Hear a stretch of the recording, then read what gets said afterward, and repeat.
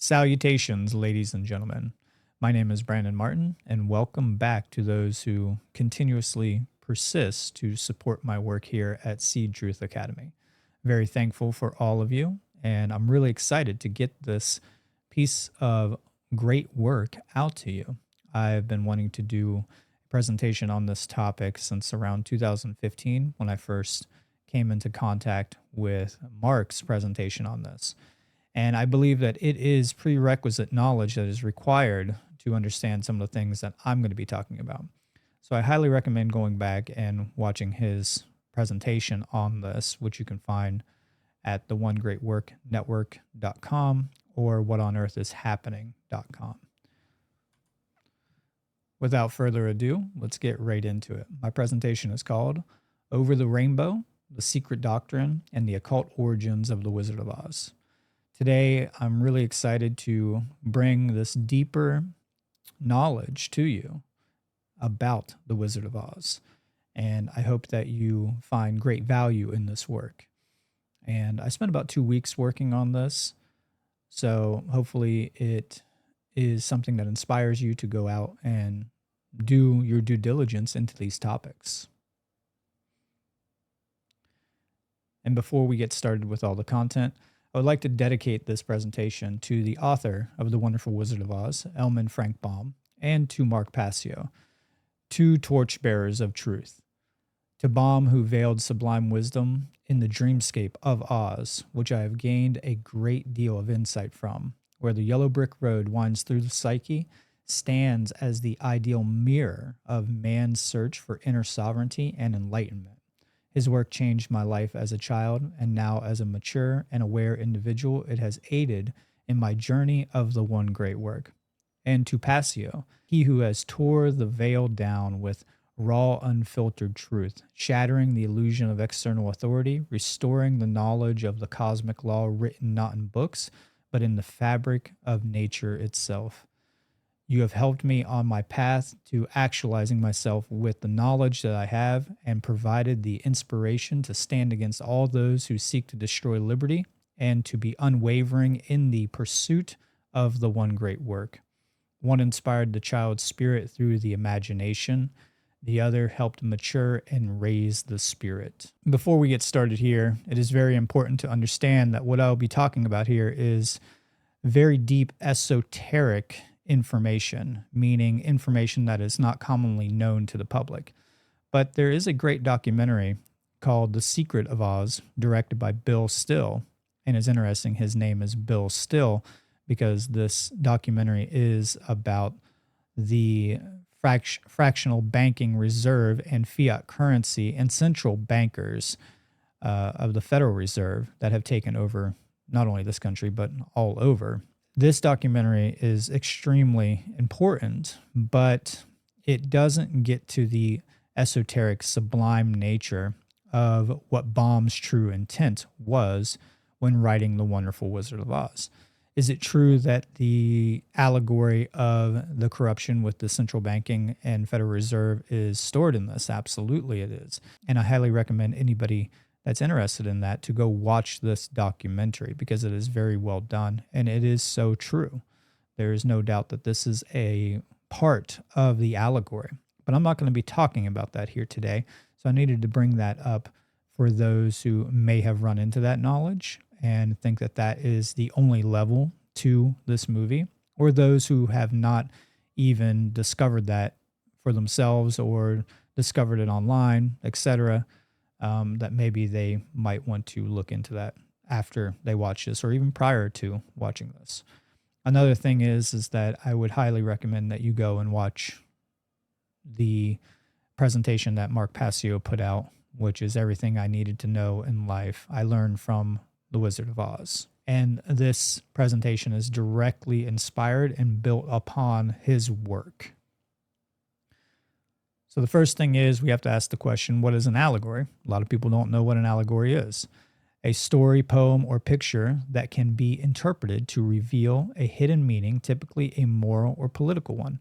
So today I am going to show you that not only was it Baum's intent to make this an allegory, but also that he hid many different themes of occultism throughout the entire book, and it got translated into the film. That's one of the purposes of this, is to empirically show that this actually is an occult film with occult origins. But what do I mean by occult? Well, the word occult comes from the Latin verb occultare, which means to hide, to conceal, or concealed, or to keep secret. So occult knowledge pretty much constitutes both the sciences of the human psyche or consciousness and the sciences of natural law. So occult knowledge has two bodies of methods and models. The one is about the microcosmic, which would be the human psyche, the internal realm of the individual, and the monad consciousness. And then the other is about the sciences of the macrocosmic level, which can be labeled in many different terms. Natural law is one of them, cosmic law, God's law. You can call it many, many different things. In fact, I like just calling it law itself, which is in opposition to what we would consider to be man's law. Another thing that is very important to bring to the table here is this concept called Synchromysticism. Now, it is true that Baum intended to put a lot of occult themes, but also in this, we will find that there are some things that are just synchromystic. And what do I mean by synchromystic? Synchromysticism is the powerful reality that synchronistic events that are taking place have a mystical property to them connected to a spiritual prospect. In most cases, to expand consciousness and awareness to the recipient through the universal language of symbol. This takes place when you find important revelations through synchronistic connections that are not intentionally put there by human interaction, but by a channeling of a higher force in nature through creativity and imagination. So as an example of that, any type of artist, let's say you're an artist yourself, maybe you can relate with this. They make a, painting as an example, and you come up to it, you as a consumer or a person who sees this piece of art, and you start to see patterns in this that may not have been intentionally put there by the artist, but are actually there.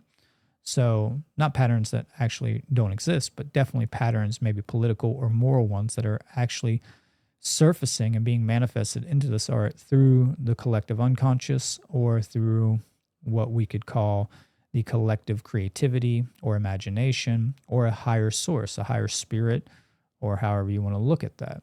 We find this all the time in movies, we find it in music, we find it in art, we find it across the board, where the artist does not intend to put these sublime messages into his piece, but it flows through him, that he is simply a vessel for this type of information, this universal language of symbol to flow through.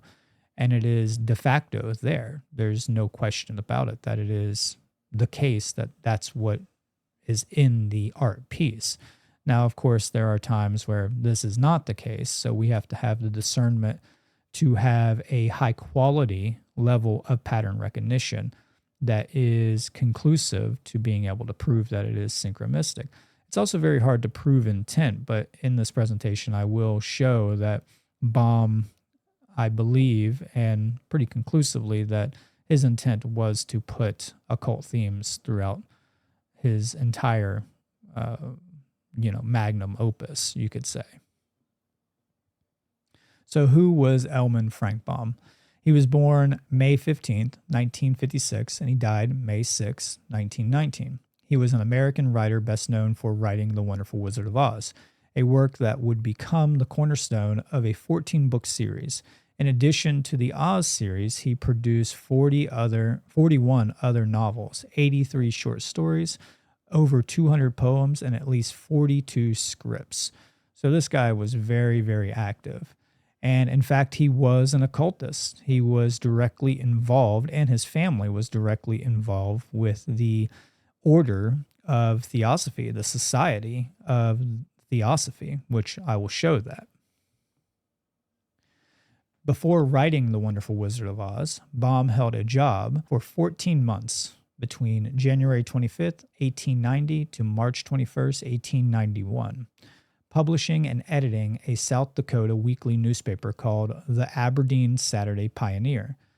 Baum turned to writing a series of articles introducing the readers to the occult themes of Theosophy.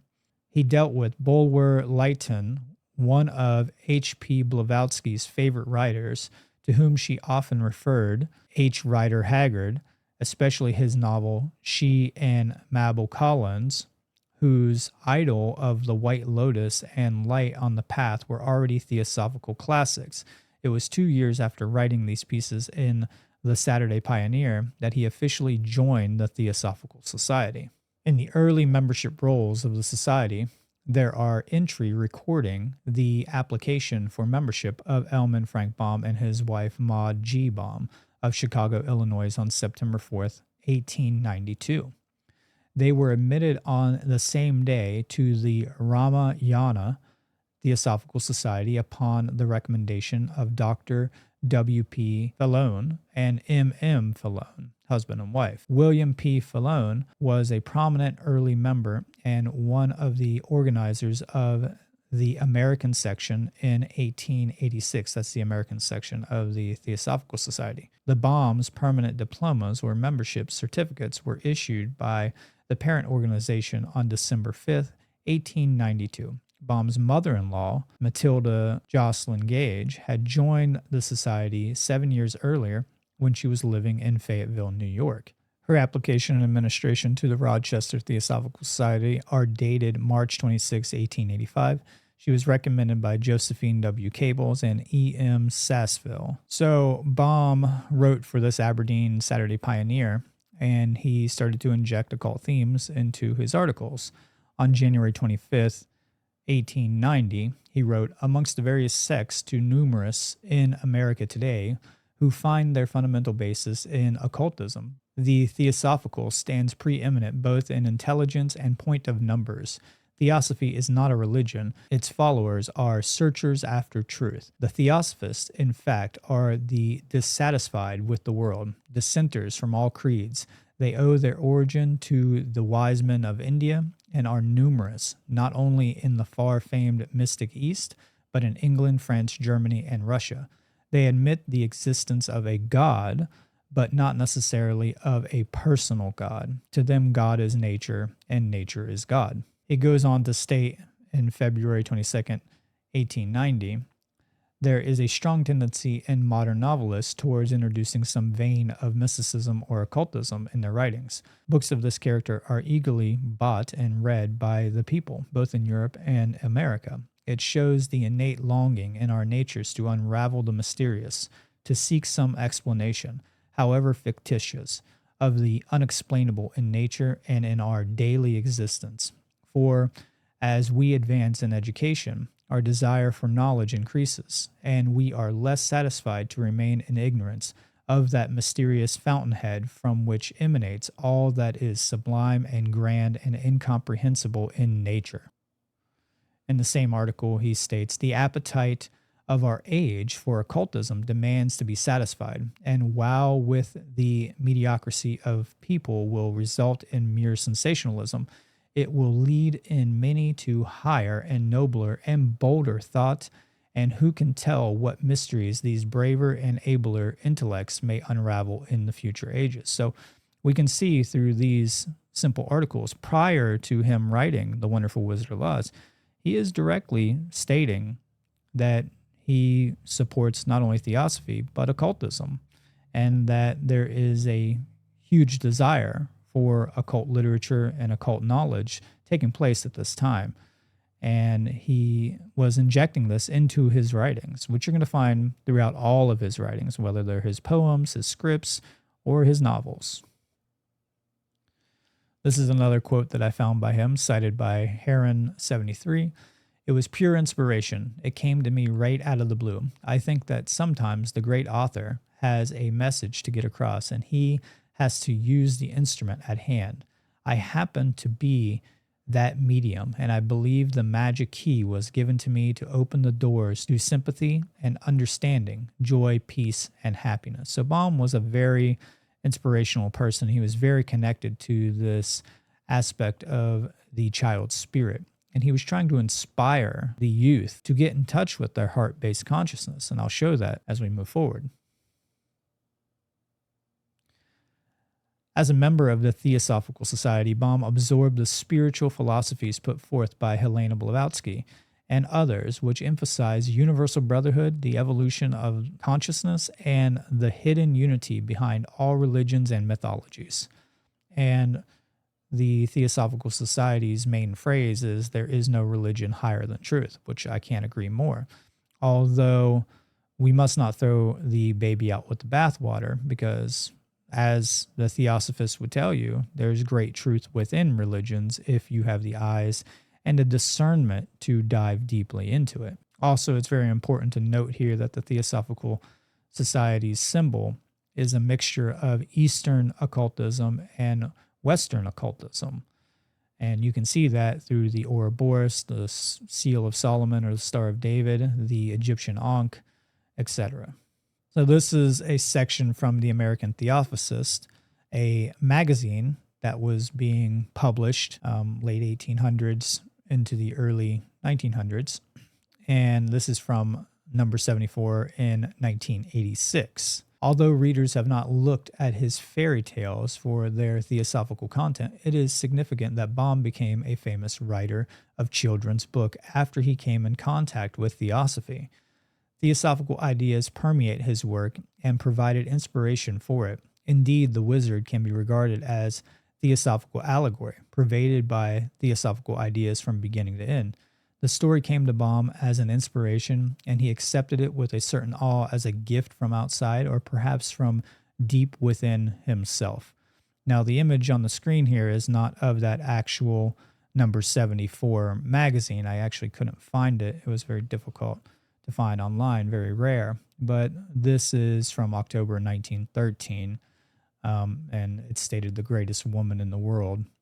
And these magazines are pretty interesting, and I'm looking forward to hopefully getting a hold of some of these in the future. So what is Theosophy? Before we can move through this, we have to kind of set some definitions of this occult tradition. The word Theosophy comes from the Greek word theosophia, which is a combination of the prefix word theos, meaning God, and the suffix sophia, meaning wisdom. Therefore, Theosophy literally translates to wisdom of God. There are three basic principles of Theosophy. The three declared objects of the original Theosophical Society, as established by Blavatsky, Judge, and Occult, were as follows. Number 1, to form a nucleus of the universal brotherhood of humanity, without distinctions of race, creed, sex, caste, or color. Number 2, to encourage the study of comparative religion, philosophy, and science. And number 3, to investigate the unexplained laws of nature and the powers latent in man. This comes from the Theosophist, volume 75, number 6. The main tenets of Theosophy are thoroughly described in Blavatsky's work, Isis Unveiled, and The Secret Doctrine. At the core of the theosophical teachings are the same tenets found in many other occult schools. Specifically, this idea, the belief of the presence of a divine spark within every person, which, with proper discipline and training, can lead to spiritual illumination. Now, this is a theme that we're going to find throughout The Wizard of Oz. So I want you to hold this idea of this concept of a divine spark. Now, this is directly from Helena Blavatsky and her work, The Secret Doctrine. But it is perhaps desirable to state unequivocally that the teachings, however fragmentary and incomplete, contained in these volumes belong neither to the Hindu, the Zoroastrian, the Chaldean, nor the Egyptian religion, neither to Buddhism, Islam, Judaism, nor Christianity exclusively. The secret doctrine is the essence of all these, sprung from it in their origins. The various religious schemes are now made to merge back into their original element, out of which every mystery and dogma has grown, developed, and become materialized.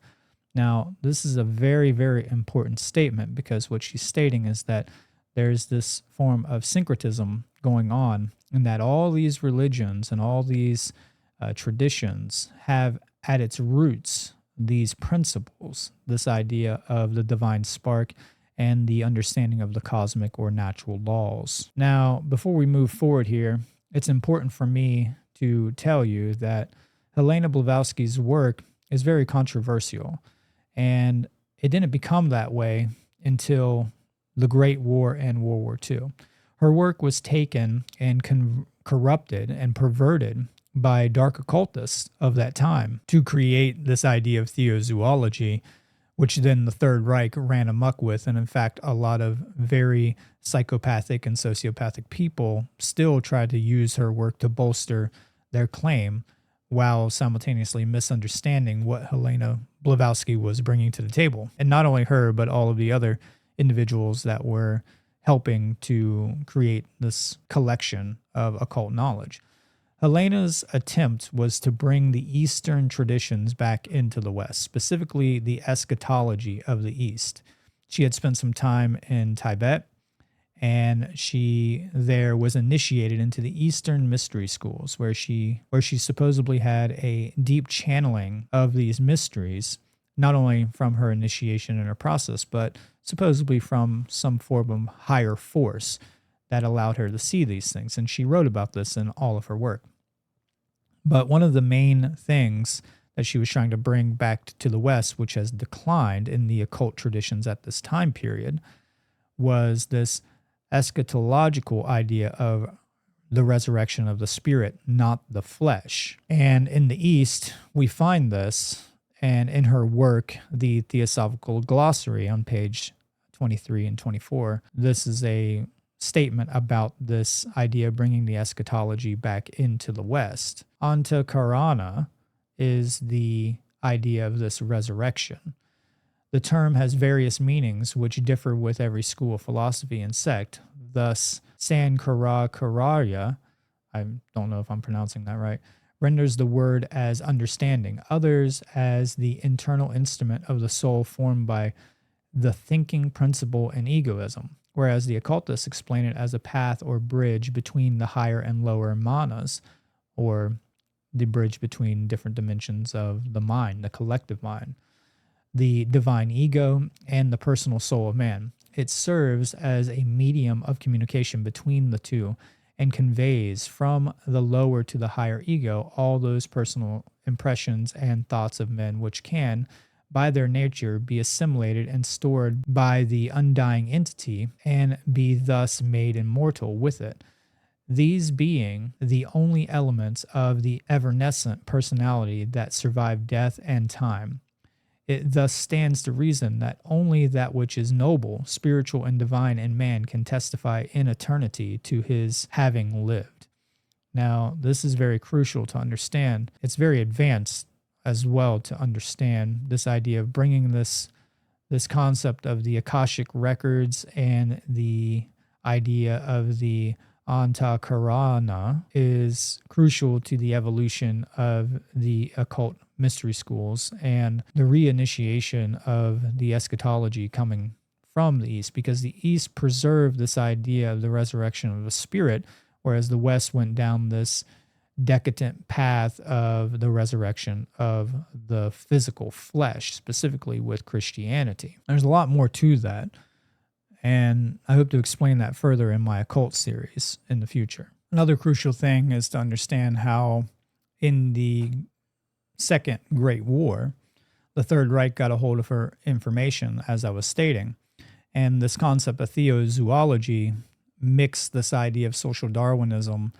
and eugenics in with mysticism. And one of the sources for this mysticism was coming from the Theosophical text.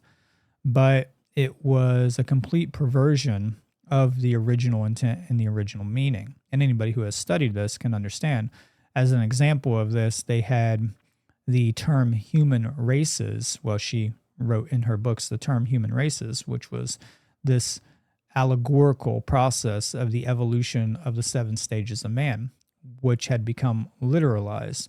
And this was something that she learned in the Tibetan mystery schools, which was preserving a more ancient teaching about a very early pure form and about a very early model that was coming from the most ancient comedians that eventually ended up in the East, specifically coming from the stellar cult.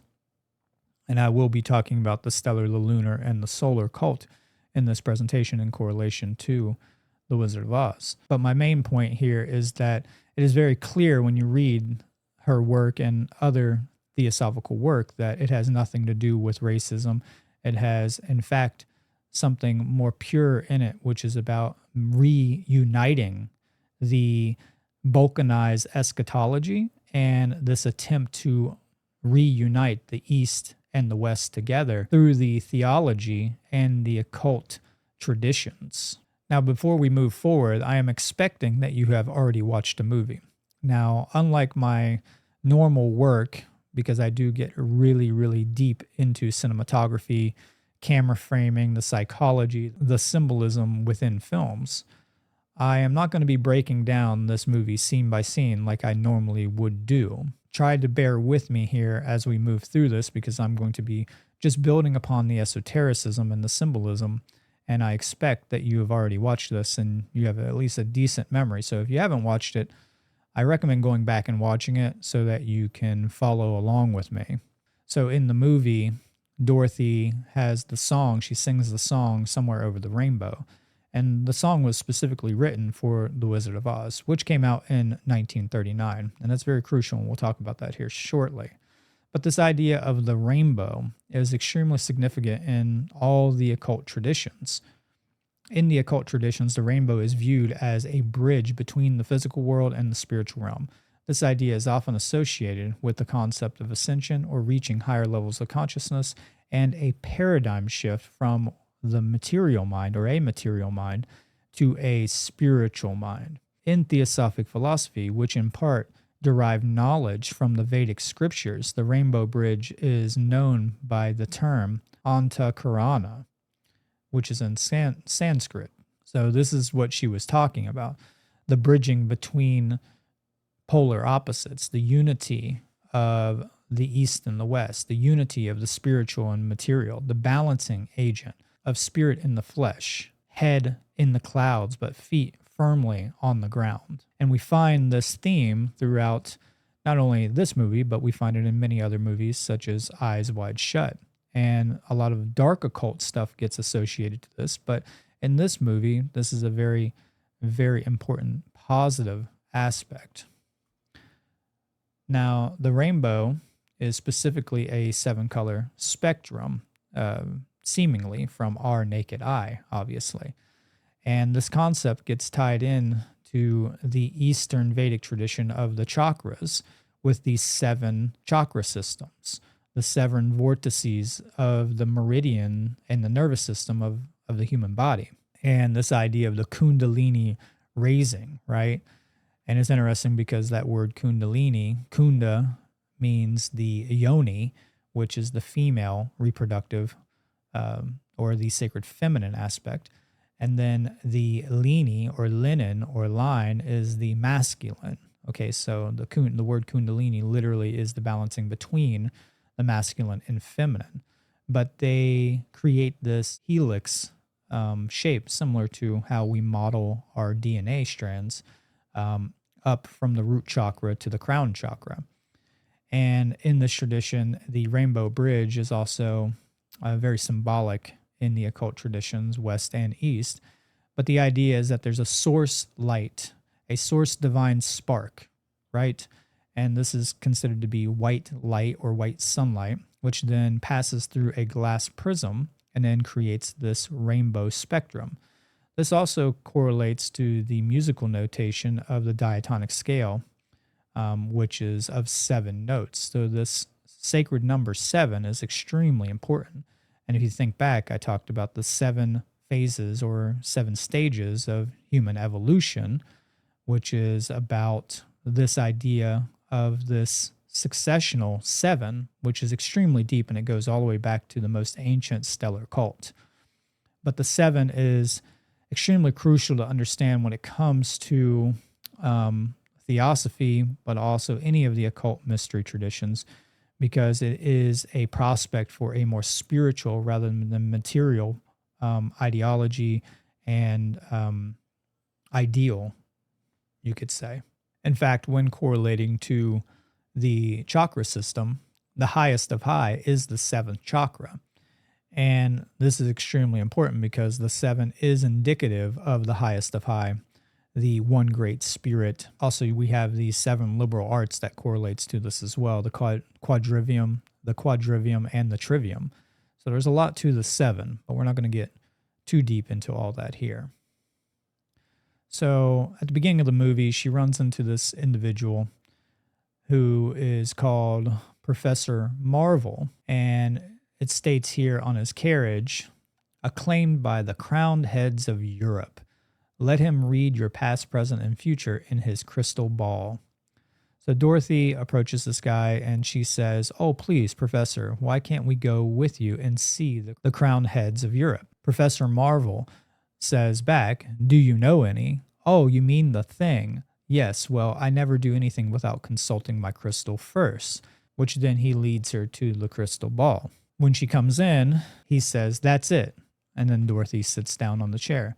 This is the same genuine magic, authentic crystal used by the priest of Isis and Osiris, keep that in mind, in the days of the pharaohs of Egypt. And he puts his turban on, in which Cleopatra saw the approach of Julius Caesar and Mark Antony, and so on, so on, and so on. Now, we're going to see a lot about this individual, and he is the archetype of the charlatan. And Baum was directly speaking out against this charlatan idea and credentialism, actually, as we're going to find out as we move forward here. But there's a few things I want to bring forward here. One thing is this idea of the crowned heads of Europe. Now, this obviously represents the ruling class, specifically the aristocrats and the monarchies of Europe. And he's claiming to have credentials or have been appointed by them and accepted by them to do this process as a mystic, when in fact he's nothing more than a charlatan. And this is shown throughout the entire movie, and it's very important to understand because this was a phenomenon taking place that not only the papacy, even though they were completely, especially the Catholics and Protestants, were completely against any form of occultism and esotericism, they also used it as a weapon, as a means to control people in many ways when you study the history of it. And a lot of people don't know that. So they dressed up and they played this part. But one of the things that Baum actually took contention with in the Theosophical ideas was this divinatory idea. Not that he didn't think that you couldn't channel things, because obviously he very clearly did. It seems to me, after reading through a lot of Baum's work, that he really was making it clear that there was a very big issue at the time within this era of New Ageism, of this charlatanism taking place. And I believe that this is something that is being symbolically associated specifically with the Marvel professor. And if you actually look into his contentions in Theosophy, he did take contention with Helena Blavatsky's ideas of seances, which does connect to this whole concept, this eschatological issue of astrology, of horoscopes, and of divinations. And I'm not saying that these things can't be used in a way that brings about great change and positive change, but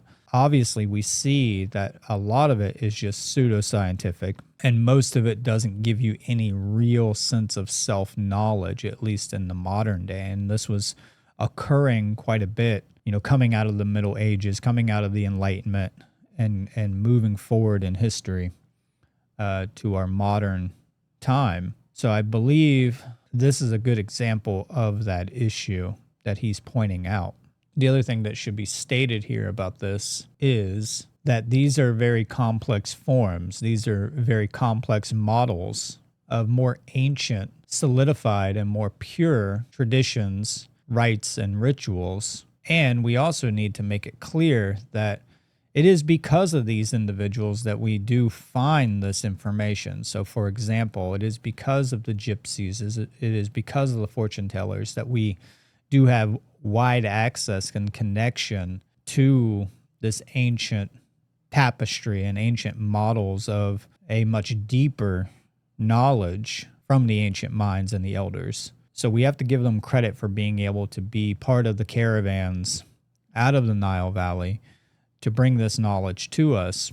But what happens is that as that caravan leaves with this knowledge, it stagnates, it degradates, it becomes a detritus of what it originally was. And then we have a new need for utility because we're in survival, we're in new territories. And this increasingly this increase of the demand for utility ends up in this materialism, and this materialism starts to stagnate the underlying spiritualism of these traditions and becomes the modus operandi of the charlatan. And in fact, we find that throughout the movie, that we have this opposing view where he's showing the actual use of the crystal ball and then also the pseudo use of the crystal ball. The Wicked Witch of the West actually uses the crystal ball to see the present moment of now, which is the proper use for the crystal ball. And in fact, it's more about scrying and understanding yourself than anything else. That's why it's a crystal ball. But it gets perverted in many different traditions. Specifically, if you go into the gypsy culture, you're going to find a lot of this. The New Age culture, you're going to find a lot of this. So he's speaking about, and he's speaking upon the corruption through the New Ageism that was taking place back then, through this act of charlatanism and this credentialism as well. But I also found it kind of interesting that we have this old fortune-telling machine called Zoltar Speaks. I'm sure some of us, especially my age, have run across these things, and they're very intriguing and they're kind of fun, but you feed it the fake fiat currency, right? You feed it this fake money, this debt-based currency, which is a proxy for spiritual currency. And then it gives you a fortune, right? And there's no coincidence that not only a fortune is about predicting your future, but it's also about prosperity with wealth, right? So it's an intriguing corruption when you start to study it. But as you can see, the ubiquitous nature of him having the turban on, he has the third eye stone. He also has the tarot cards, and then he also has the crystal ball. Now, there's nothing wrong with any of these implements itself. It's how they're being used, how they're being implemented to either manipulate other people or to actually bring about a true paradigm shift for an individual, right? And we see currently in modern day that most of this is being used just to make money, and it has no true authenticness with the spiritual traditions. That's one of the reasons why it gets shunned and bastardized so much, is because it has become nothing but a crony capitalist endeavor. Another crucial part of this beginning phase, which is a lot at the beginning, a lot of foreshadowing, a lot of introductions to the characters that play out in the land of Oz, but we're not going to get into all that. One thing I want to bring to the table here is this idea of Technicolor being used.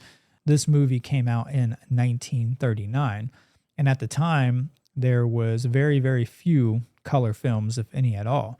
And it's important to understand these shifts at the decades within technology and within the culture. So an example of that would be like 1999, the movie The Matrix, and you have this shift in the cinema techniques and cinema technology that's being used in 1999, specifically with the idea of bullet time. And then next thing you know, into the 2000s, that's all you see is this revolutionary new culture, but they're bringing the old in with the new as well. So we have to understand that. So this movie, contrary to a common misconception, Oz was not the first movie or film made in color, but it was one of the first to prove that color could add fantasy and draw audiences to the theaters, despite its release during the Great Depression. Now that's a very important factor about this movie being made as well, is that it's being made in the Great Depression.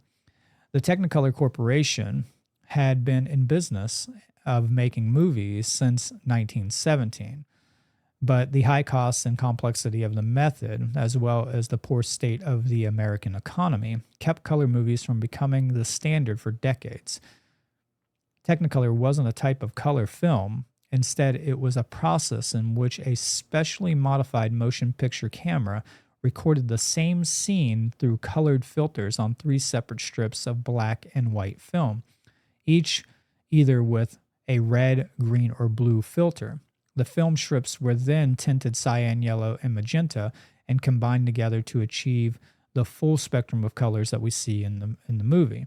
These strips were then processed separately and used to print colors onto each finished print of the film sent to the theaters. So in fact, this was recorded on black and white film, just with a color filter added on top of it. So you can see that this was a very complex process to actually get this color to come out, and it was not economically feasible at the time. But the new standard after this decade, specifically with this film and the movie that came out next, which was Gone with the Wind, which also uses Technicolor, revolutionized the industry of cinematography and the culture at that time. And the next thing you know, this is the new standard. And it's very similar to an earlier standard that got brought into, which was going from silent films into films that are non-silent. One of the things that they changed from the books, they actually changed the silver slippers to ruby for the film to maximize the visual impact and leverage the new Technicolor technology, because they're also trying to use this as a marketing thing to show that Technicolor can be done. And in fact, this movie kind of sets that standard, like as I said, to show that this is economically feasible. But also the ruby slippers looked really good to stand out on the golden brick road.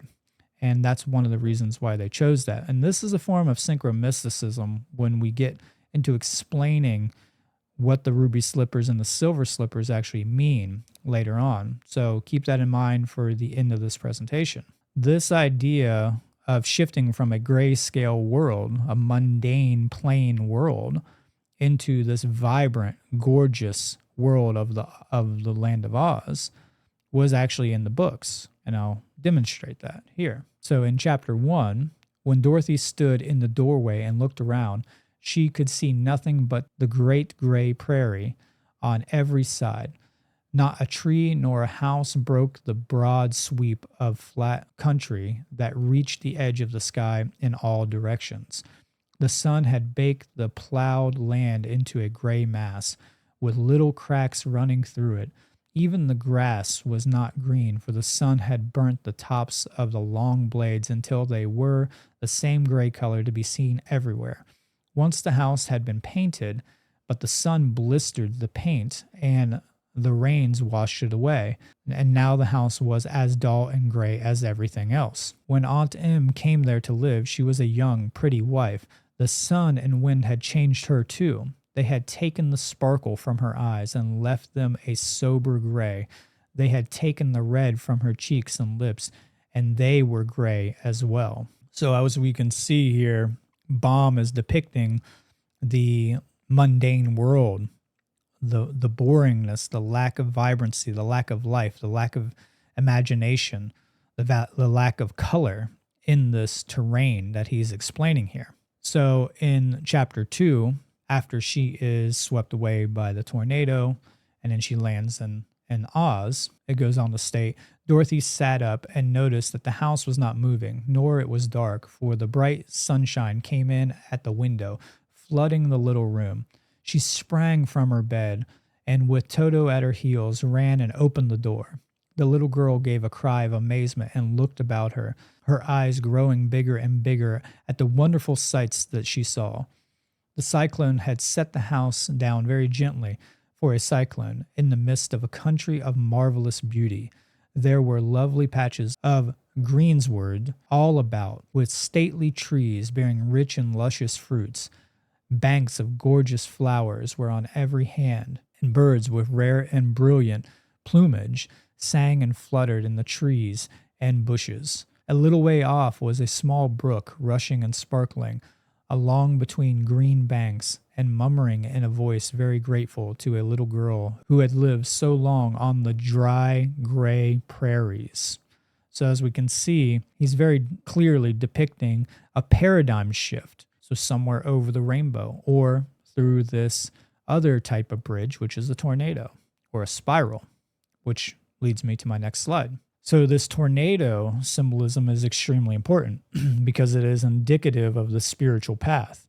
It is ubiquitous with the rainbow in many aspects. So this is a section from the Encyclopedia of the Theosophical Glossary. Spiral, the path of a point which moves around an axis while continually approaching it or receding from it, also often used for a helix, which is generated by compounding a circular motion with one in a straight line. The spiral form is an apt illustration of the course of evolution, which brings motion round towards the same point, yet without repetition. That's very important because it's about the expansion of consciousness and the spiritual path. Now, another symbol that is associated to the spiral in this curvy archetype is the serpent, and the figures 8, denoting the Ogdoad and infinity, stands for spiral cyclic motion, and the Ogdoad is Egyptian. The course of a fohat in space is spiral,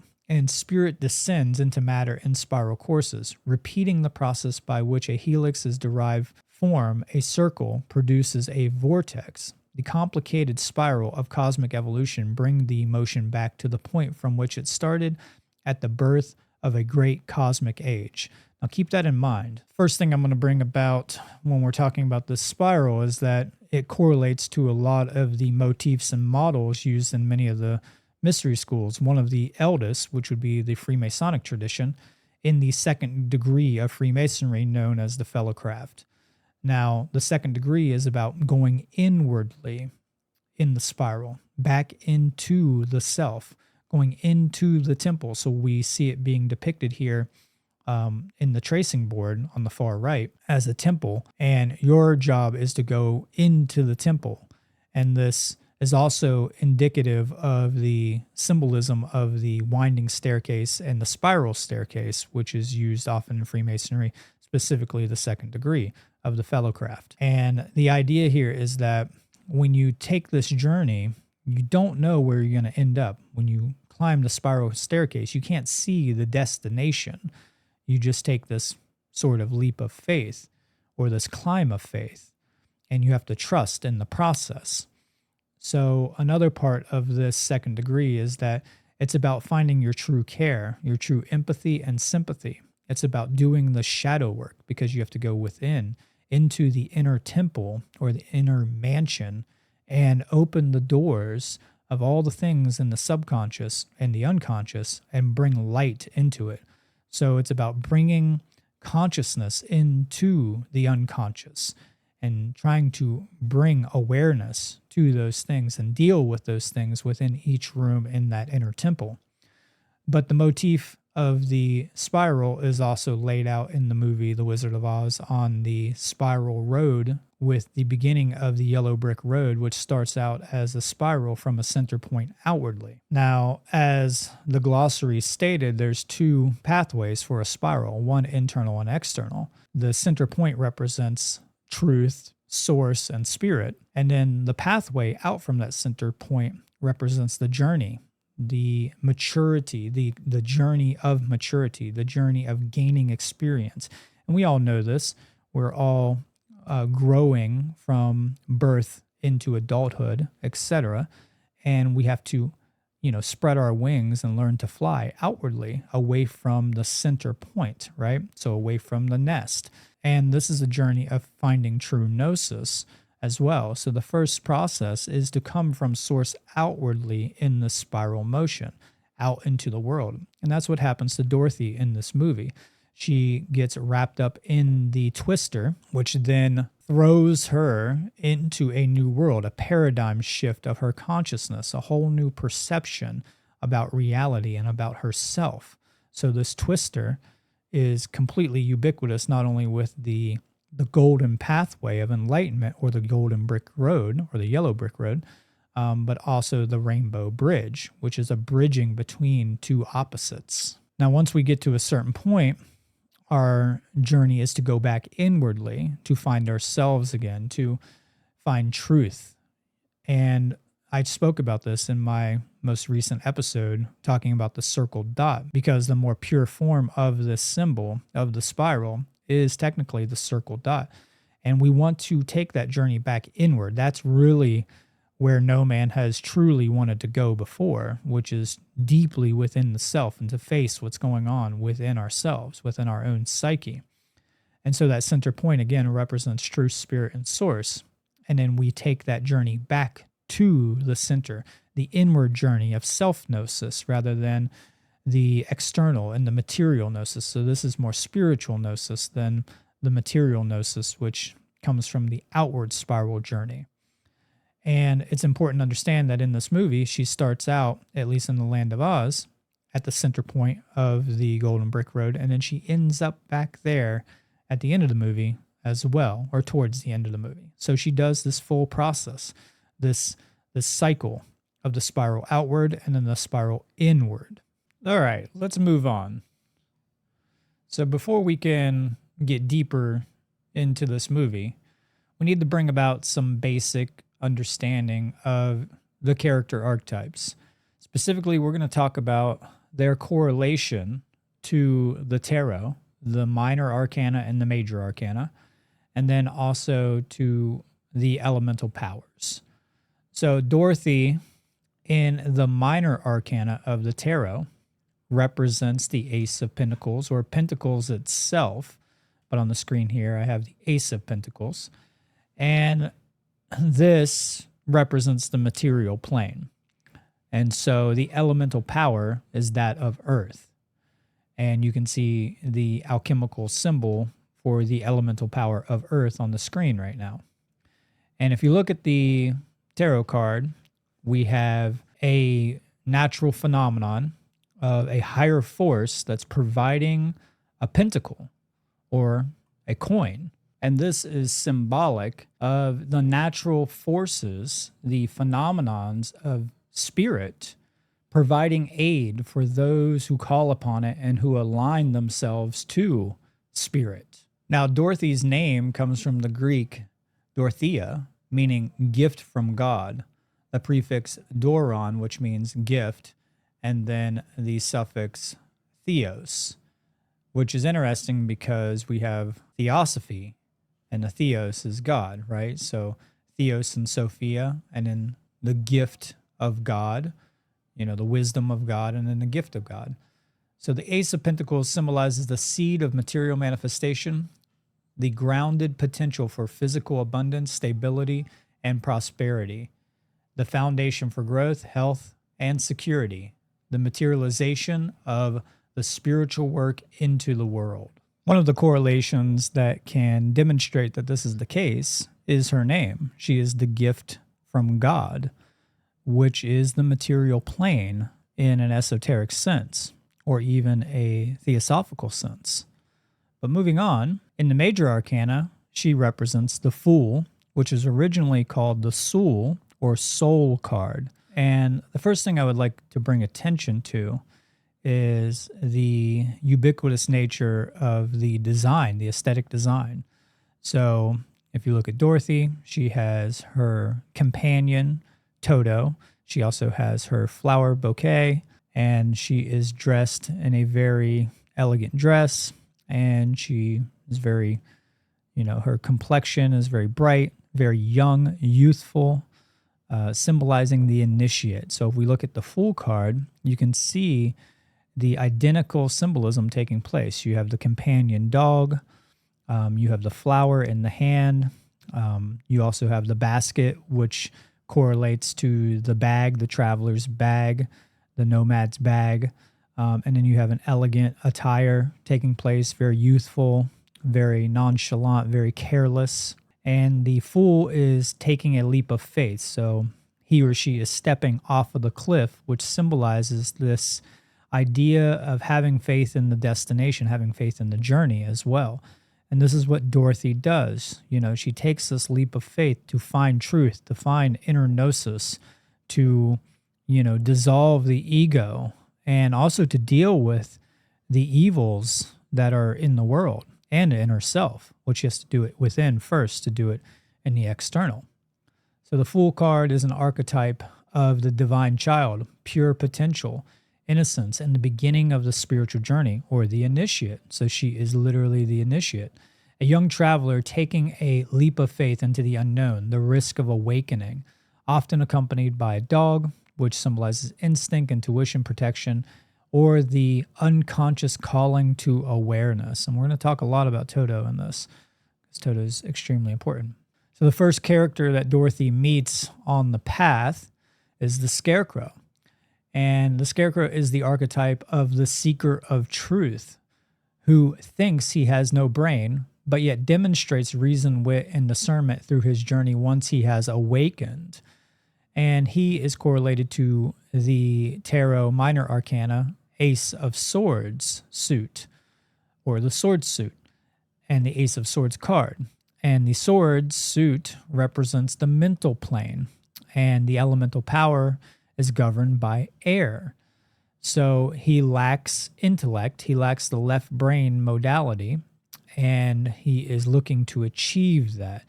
And there's a lot to this, but as you can see, the same type of elemental or divine aid being shown or depicted in the card here, with a hand holding a sword upright with the crown at the top, and nature with these vines and leaves coming down.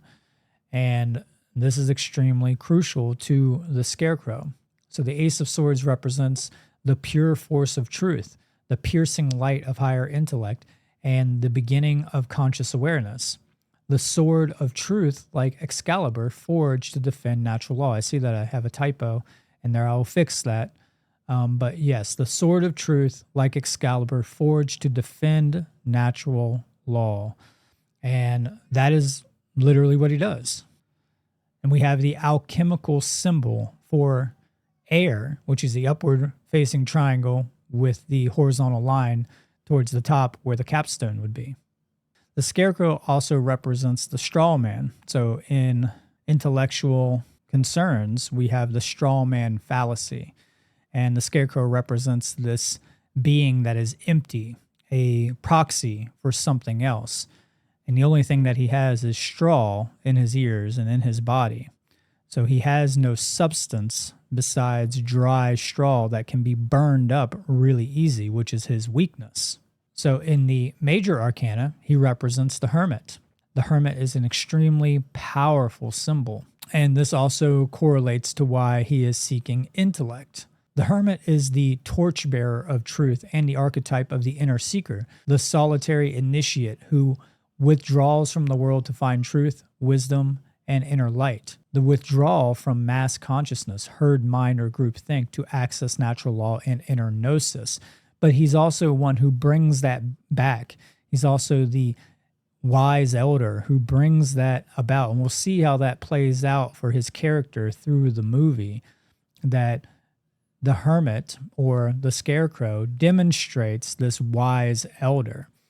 And if you look at the beginning, you can see that he is a mere reflection of the character in the mundane world of Hunk that we see at the beginning. And if you watch very closely at the beginning, you'll see how they use the descriptors and the narrative to symbolize that he is trying to invoke the intellect, the masculine aspect. Now, the Tin Man, who is one of the most crucial of all, the Tin Man symbolizes the heart disconnected from mind and spirit, the being who has lost empathy, emotion, and care through mechanization or trauma. Rusting is stagnation, suppressing the feelings, which is cured through the oil, the symbol of healing, compassion, anointment, and emotional alchemy. And we have the alchemical symbol of water being the inverted triangle, which is correlated as well to the color blue that is symbolically shown here on the screen. Now, the Tin Man represents in the tarot, the minor arcana, the suit of cups, which can be correlated to the Ace of Cups. And the suit of cups represents the emotional plane, and it also correlates to the elemental power of water. And if we take a look, we can see that we have the Grail with the, I would consider it to be the Purian Spring, but some consider it to be other forms of knowledge. But you also have the Holy Guardian Angel that's flying down, the dove, the spirit, the sacred feminine that's flying down into the cup. And again, we see this ubiquitous nature of divine aid with this idea of spirit in the emotional plane. The Ace of Cups represents the awakening of the heart, agape, and emotional renewal. The Grail as the divine feminine vessel, womb of life, sacred heart. The dove is the holy guardian angel and spirit. Now, as it states here, rust is stagnation, which is also the Tin Man's weakness here. And to alleviate his rust, they have to use the oil to anoint him, to lubricate him with this oil. And this oil is symbolic of healing and symbolic of the emotional plane. Moving on, the Tin Man also represents in the tarot with the major arcana, the Lover's card. And the Lover's card represents the union of opposites, the integration of the masculine and feminine, which is balance, to manifest right action and wisdom. Now keep that in your mind because there's a very specific scene that correlates to this card, the Lovers, here later. Now, the Cowardly Lion represents the lack of true will that has been suppressed by fear. He lacks courage, but he develops bravery repeatedly, reflecting the truth that real courage is right action despite of fear being present. And he is correlated in the minor arcana to the suit of wands, which is correlated to the plane of will, and the elemental power of fire, which is will. And if we take a look here, yet again, we have the ubiquitous nature of the divine aid with the wand, and sometimes described as a staff. And it's a direct connection to nature as well. For the lion, the alchemical symbol of fire is the upward-facing red triangle. Now, in the major arcana, he is symbolized by the card of strength. And the strength card is extremely important. The strength card represents self-mastery, the triumph of higher self over base instincts and fear, not by force, but by integration of the shadow self and through courage and willpower. So we see here, we have the symbol of the elegant female who also represents Dorothy, right? But this is also Virgo as well in the zodiacal charts. And then you have Leo, so he represents Leo in the zodiacal charts, and they border on each other, correct? So this is Virgo and Leo. And a lot of people oftenly associate this to the Sphinx, being that it is the body of a lion and the face of a man. But it is important to understand that he represents this idea of this strength card. He is invoking this idea of the strength card. And it's important to understand that the strength card is also the number 8, which we kind of spoke about, the number 8 being the infinity symbol. And it's also this bridging of two paradigms, one from the other. It is also a serpentine symbol. So there's a lot there, and that floats over top of the youthful female here, who is obviously in connection with nature. So Toto, Dorothy's little dog, symbolizes the loyal companion, guardian, and intuitive guide that accompanies the seeker on their spiritual journey and acts as conscience or the truth revealer, exposing deceptions and dangers, like pulling back the wizard's curtain at the end of the movie. So in the major arcana, the companion in the major arcana, Toto would represent the Fool card as well, just like Dorothy. We already went over this. But he represents the guardian, the guiding spirit, the familiar, the intuition, or nature, in fact. And he's also a guardian angel as well. And then we also have the symbol, the alchemical symbol for the quintessence or the spirit on the screen here. So I'm correlating Toto to this higher intuition, this guardian spirit, this guardian angel that's guiding Dorothy on her path. And we see that through the whole thing, that the whole journey is because of this dog, because the dog is in danger from the Wicked Witch of the West, but also the dog aids not only in rescuing Dorothy, but also leading her down the spiritual path of illumination. We'll see more of that as we move forward. Now, I am specifically correlating Toto also to the alchemical fifth element. which is called the quintessence. And you can see the symbol for the alchemical quintessence on the screen here. Now, the first of the trinity that she comes in contact with, being that of the Tin Man, the Scarecrow, and the Lion, is the Scarecrow. Now, she finds the Scarecrow at the crossroads. Now, this crossroads is extremely important symbolically, and it correlates to the zodiacal wheel. It correlates to a lot of different symbols. But one thing I wanted to bring up was this idea of the Herm pillar, which is associated with Hermes. Now, obviously, we know that the Hermit card represents Hermes, and Scarecrow represents the Hermit card, so he also represents Hermes. And at these crossroads, you would often find in Rome specifically, you would frequently find, and in Greece as well, but you would find a cross that was called the Herm pillar. And it was in places like the crossroads due to God's association with travelers and the role as a guide. So Hermes is a guide, a light bearer, right? So that's why he holds the lantern in the Hermit card, because he's guiding. He's like a lighthouse that is guiding those who are lost in the fog. But also this crossroads correlates to the Faustian legend, though this is a positive take on the Faustian legend. It's a little bit of a twist because she doesn't sell her soul to gain any type of vice or vanity or knowledge or anything like this. She simply makes a companion. There is no selling of the soul. And for those who understand, she didn't have to go meet the cowboy. And that's a Mulholland Drive reference. But yes, so she meets him at the crossroads, and then he is the first companion besides Toto that she goes on this journey with. And she struggles with picking the path. The cross is extremely important here, and I'm not going to get into all that, but for those with eyes to see, there's plenty to pull out in this section. And another thing I'd like to bring up is that the Scarecrow is seen with the crows pecking at him, and the crow represents the spiritual aspect. The black bird represents this, and obviously those are two different species of birds, but the aesthetics of just a black bird represents the spiritual prospect. So it's very important to understand that, this idea of scarecrows is a proxy for an actual being that's supposed to scare off predators from the crops.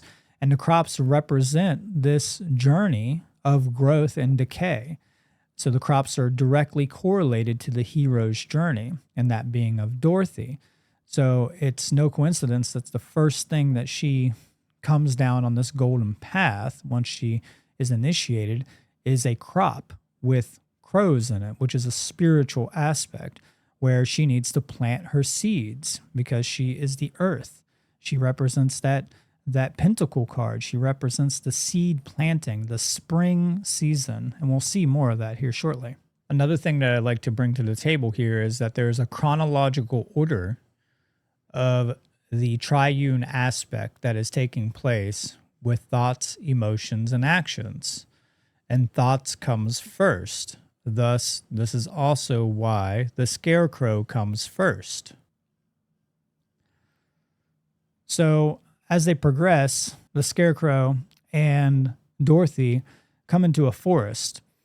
And this forest, there's a bunch of red apples there. So Dorothy and the Scarecrow are walking along the yellow brick road when she reaches out to pick an apple from a tree. The tree suddenly comes to life, angry that she's trying to take its fruit without asking. The Scarecrow tricks the tree into throwing apples, which Dorothy gathers. This leads Dorothy to finding the Tin Man, which represents conscience. So this idea of the Scarecrow and Dorothy being in this grove is symbolic of the Garden of Eden and the tree of good and evil. Dorothy and the Scarecrow represent Adam and Eve in the Garden of Eden. The anthropomorphized tree is the serpent and the tree of good and evil. By eating of the tree of good and evil, they gain true conscience by way of the knowledge of right and wrong or objective morality. Symbolically, the tree and the fruit represents an individual and their product of labor. By taking from the tree of good and evil, they learn the lessons and consequences of violating another's autonomy and private property. So we have to understand this is not literal in the sense. It is a symbolic allegory of a tree that has gained sentience or has sentience. And she comes up, and in fact, the tree, scorns her for not asking to take the fruit. And then she realizes, but then the stupid scarecrow, which in fact he has some wits here, he's displaying wits here, tricks the tree into throwing it by getting the tree to be angry, right? But the apple that she finds is right at the feet of the Tin Man. And what does the Tin Man represent? Well, he represents the emotional plane.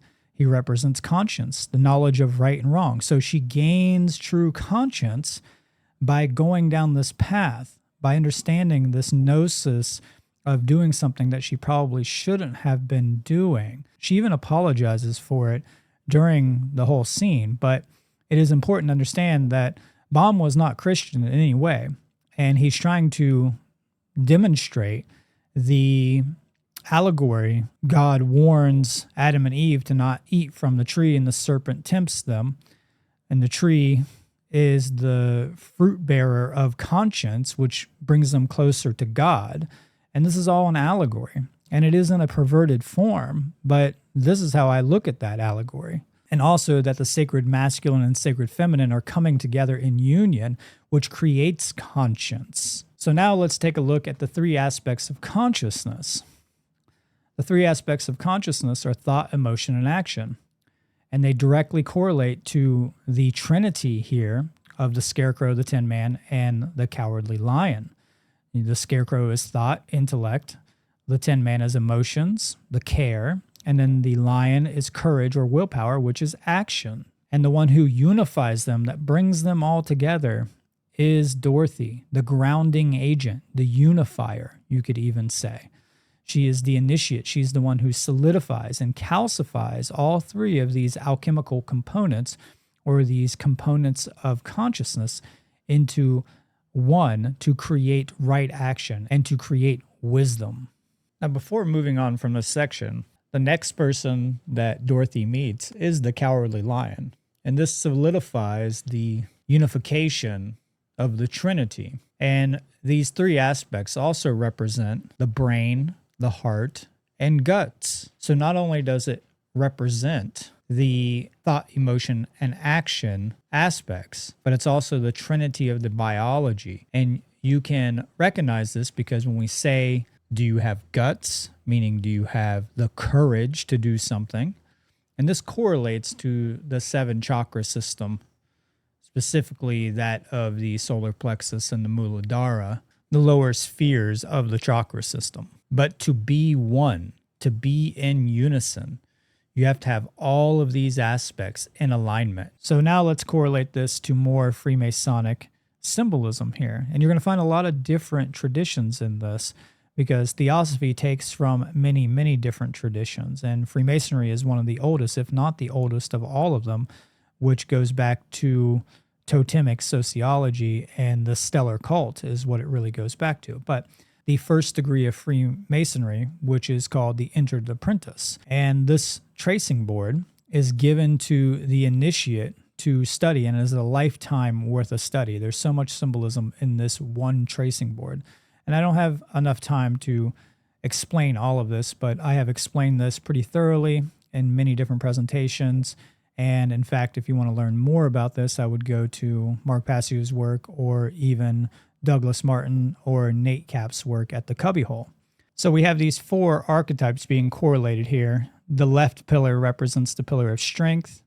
It is the pillar called Jachin or Jachin. It has the solar symbol above it. It is correlated through the symbolic understanding of the Hermetic principle of correspondence to the masculine archetype. So we have the cowardly lion, who represents fire and will, the masculine component. And then we have water, which correlates to the pillar of Boaz.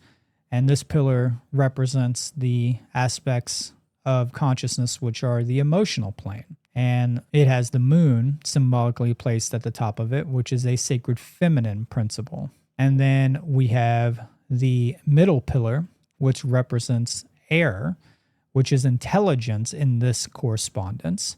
So Scarecrow represents intelligence, not just intellect. So he doesn't just gain intellect, he gains true intelligence when he is fully awakened. So he represents the middle pillar, which is called the Ionic pillar, which has the all-seeing eye at the top of it.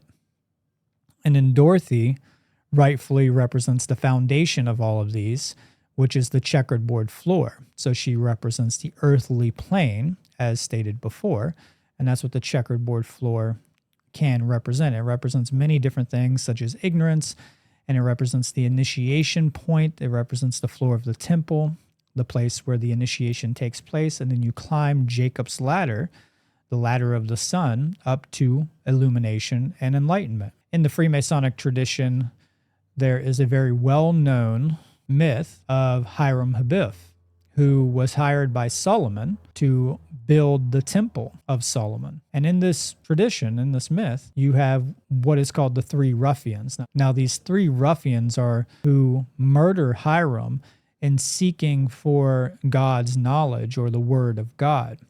And they each represent a different aspect of this trinity. So Jubilee represents will corrupted, and it represents fear and cowardliness. Jubilo represents the emotional aspect being corrupted, which is apathy and self-loathing. And then Jubilum represents the intellect being corrupted and ignorance and stupidity. As we see on the screen here, we have the three ruffians killing Hiram Abiff. And this is when they are not truly activated and have not come into unison. They have not raised spirit.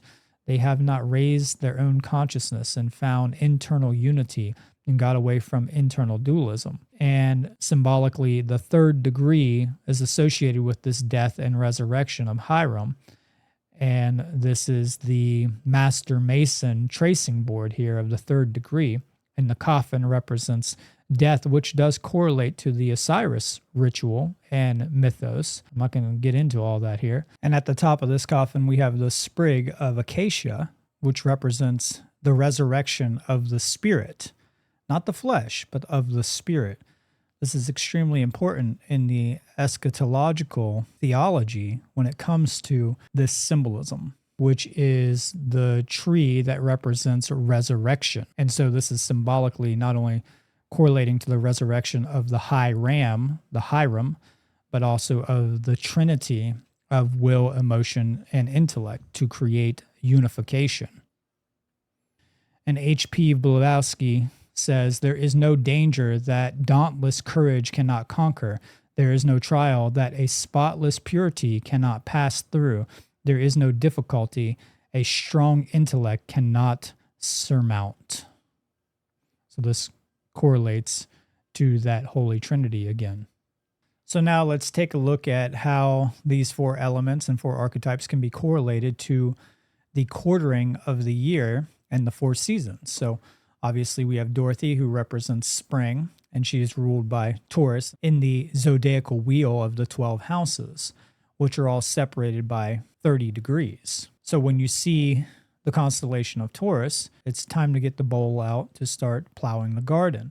It's interesting that she actually lives on a farm. We see a lot of farm work taking place at the beginning of the movie, symbolizing the initiation, the seeds being planted, right?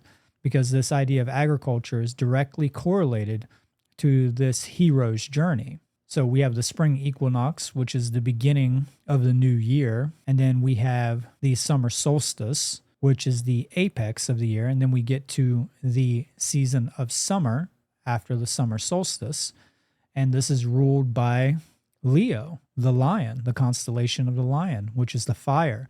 When the lion is in its full pride. So obviously this represents the cowardly lion. And then we get to the autumnal equinox, which the sun is going back down into the southern hemisphere, past the equator, down into the southern hemisphere. And this is ruled by the constellation of Scorpio, which is a water sign. And this correlates directly to the Tin Man. And then we move past the winter solstice, where the sun is now moving back into the northern hemisphere from the southern hemisphere, where it's at its lowest apex from its waning angles. And this time period of winter is ruled by Aquarius, the water bringer. And this is ruled by air. Aquarius is an air sign. And this is the archetype of the scarecrow. A lot of people get really confused about the Aquarius symbol because it is a water bringer, but they fail to understand the elemental power that the storm is what brings in the water. The air is very symbolic because spirit means to breathe, and the air is seen as a unseen force or phenomenon of nature that is of a higher spiritual prospect. This can be correlated to the world card. And you can see here the 4 points here correlating to these 4 characters and these 4 seasons of the year. And then we also have the card, the Wheel of Fortune, which would also symbolically correlate to this. Now, in order for us to further progress our understanding of this astrotheological phenomenon, we have to understand a little bit of the evolution of the Egyptian mythos. So there's 3 major cults in the world, and they start from the stellar and move into the lunar and then move into the solar. Now, the stellar cult can be dated to at least 300,000 years ago, but as far back as 600,000 years ago, 250,000 years ago. And this eventually gets solarized in Judaism, and it becomes associated with the Elohim, and thus we have the symbol of Saturn being the primary solar phenomenon of the stellar cult, but in its origins, it would be the northern polar constellations of Ursa Minor and Draco and the Great Bear, Ursa Major. And then you have the Seal of Solomon being the main symbol, the star of Judaism. And then the lunar cult would be from 150,000 years to 100,000 years ago, and its main associated celestial object would be the moon. And this would be correlated to the modern world religion of Islam. And you can see on their flag they have the moon and the star. The star also represents Venus as well on that flag. And it's interesting because Venus and the moon are the only 2 celestial objects out of the 7 visible celestial objects that are feminized. Of course, the moon and Venus get masculinized eventually.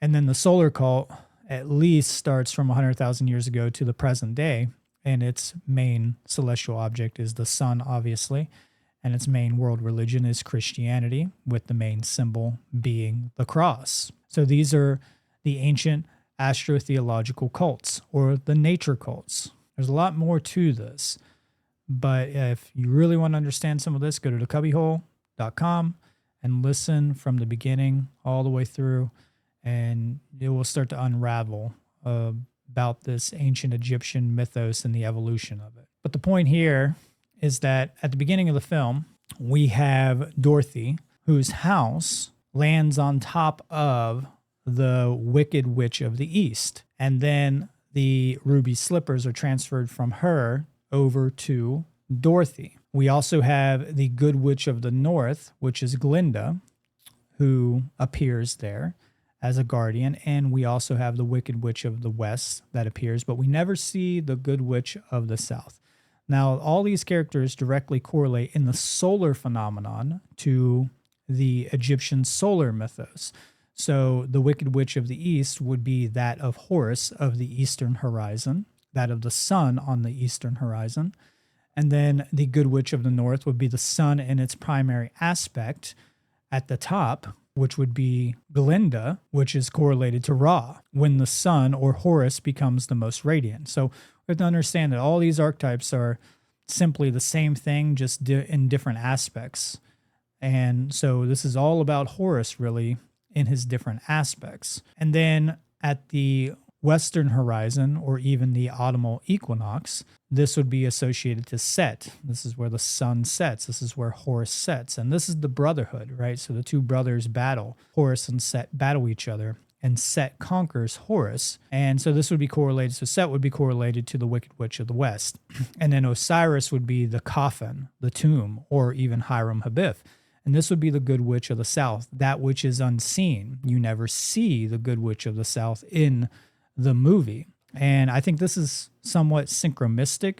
I'm going to explain a little bit about this. This is going to get pretty interesting as we start to unravel this, that's for sure. So the northern aspect of this represents the day sky, or the deities, right? And then you have the rainbow, which we see in the day, right? When the sun is out, usually after a light mist of rain. And this rainbow represents that bridging point again. But it's that arch that's important. That arch is a solar phenomenon.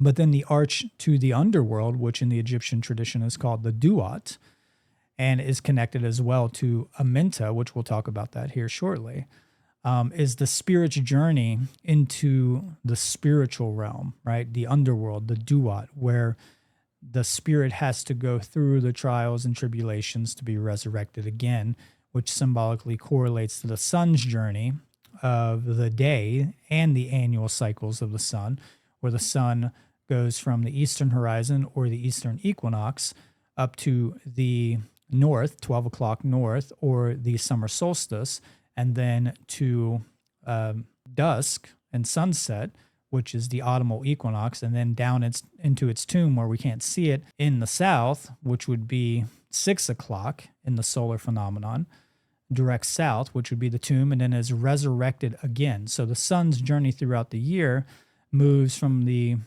northern hemisphere to the southern hemisphere to the northern hemisphere, which creates a sine wave. And that sine wave, the peak of the sine wave is a 47-degree peak. And that's because the angle of the planet and the way that the rays of the light are hitting the planet because of that tilt from the axis of the planet is at a 23.5-degree angle. So this is what gives us our seasons. But astrotheologically, this is correlating to this. The Wicked Witch of the East is deposed by the Wicked Witch of the West.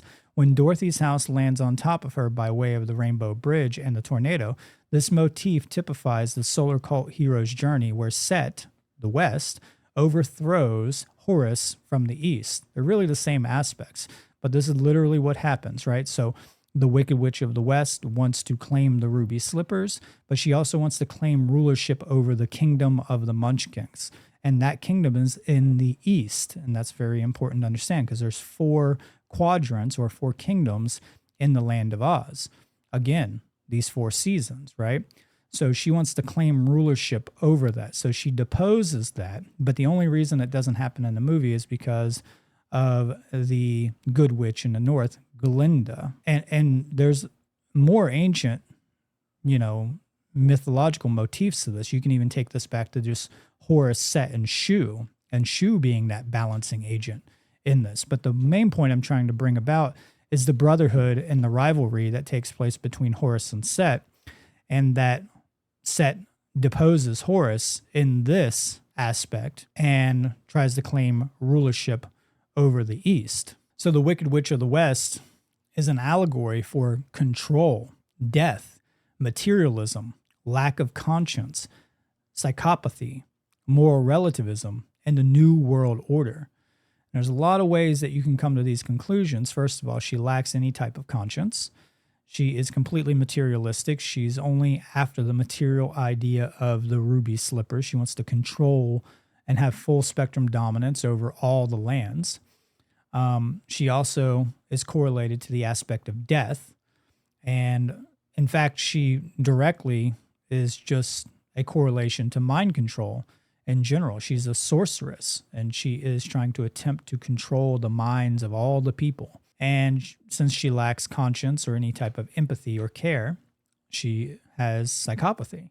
And then also, there is no distinguishing between right and wrong action. So right is whatever she makes it up to be. So she's a moral relativist. And in fact, this is the New World Order, because the Old World Order would be that of the Wicked Witch of the East, which we're going to show that in a second.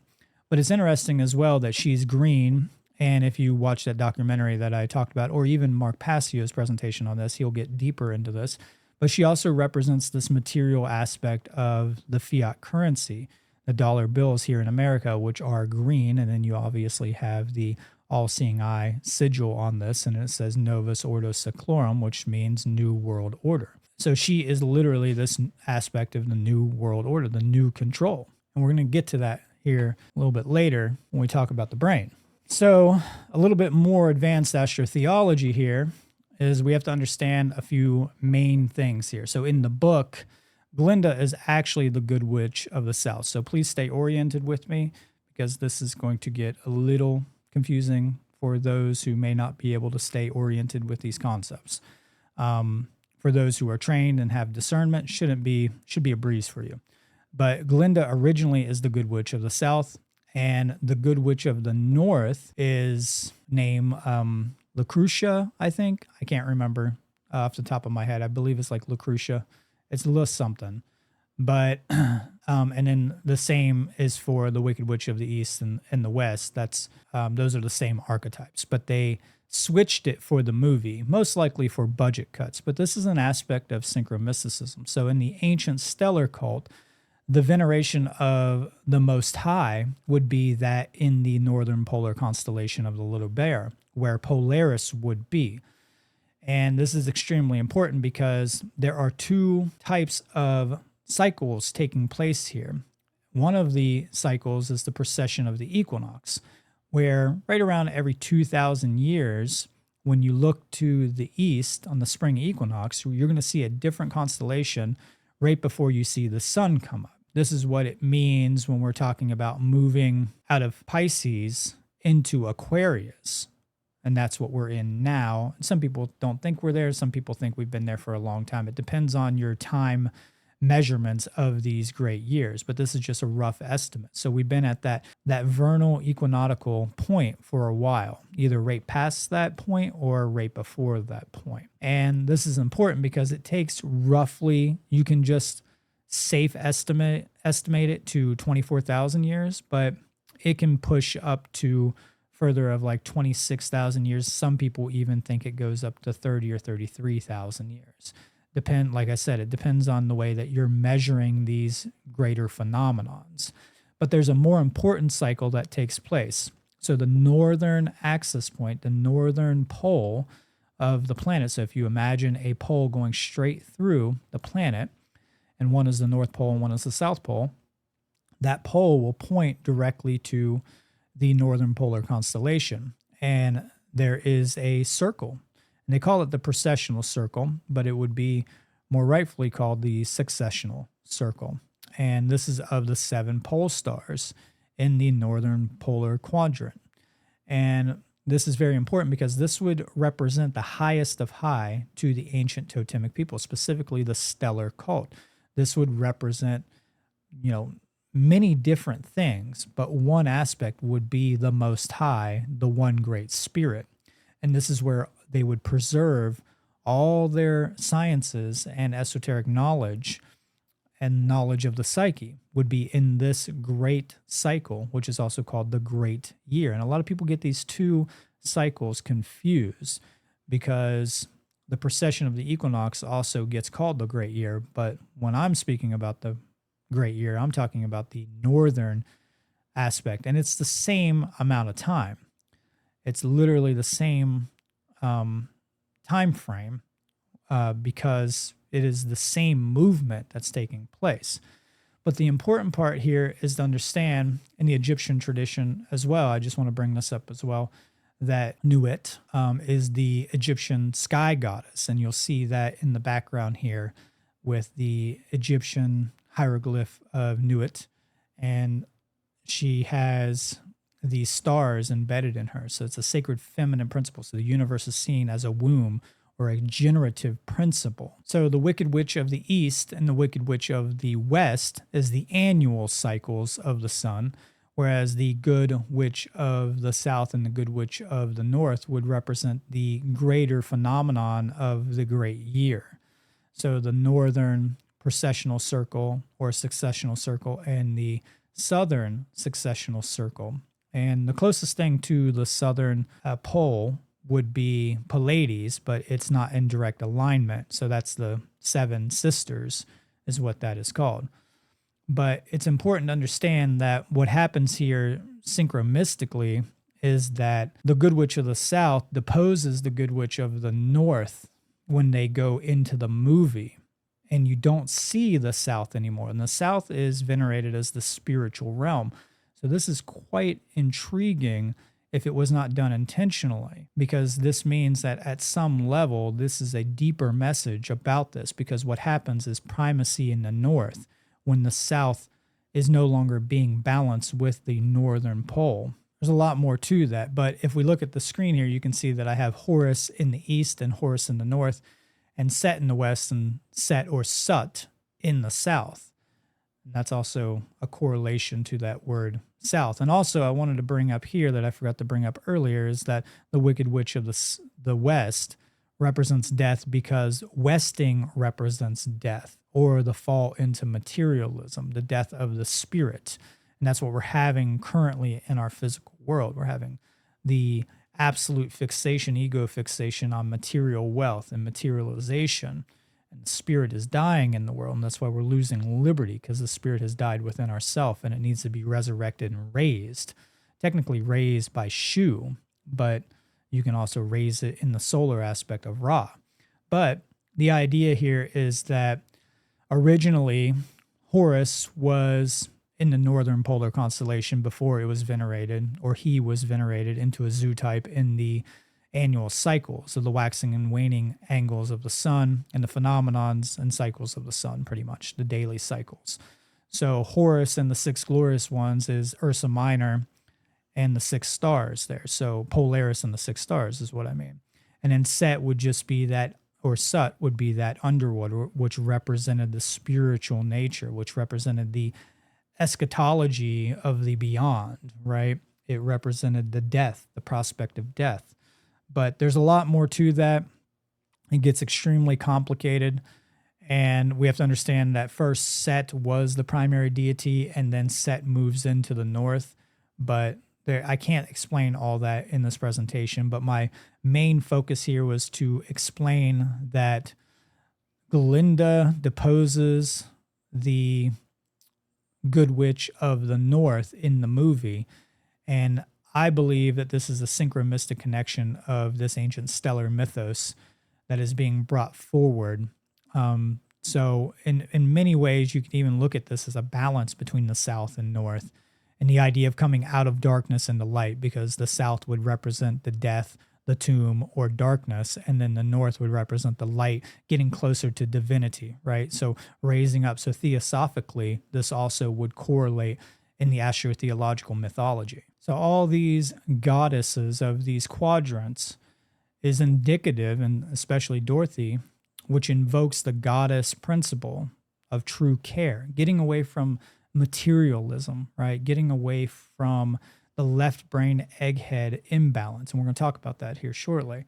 But we have these goddesses. We have the goddess Isis, which is mentioned at the beginning with the Osiris and Isis reference at the beginning. You have the goddess Ma'at, which is the goddess of justice and truth.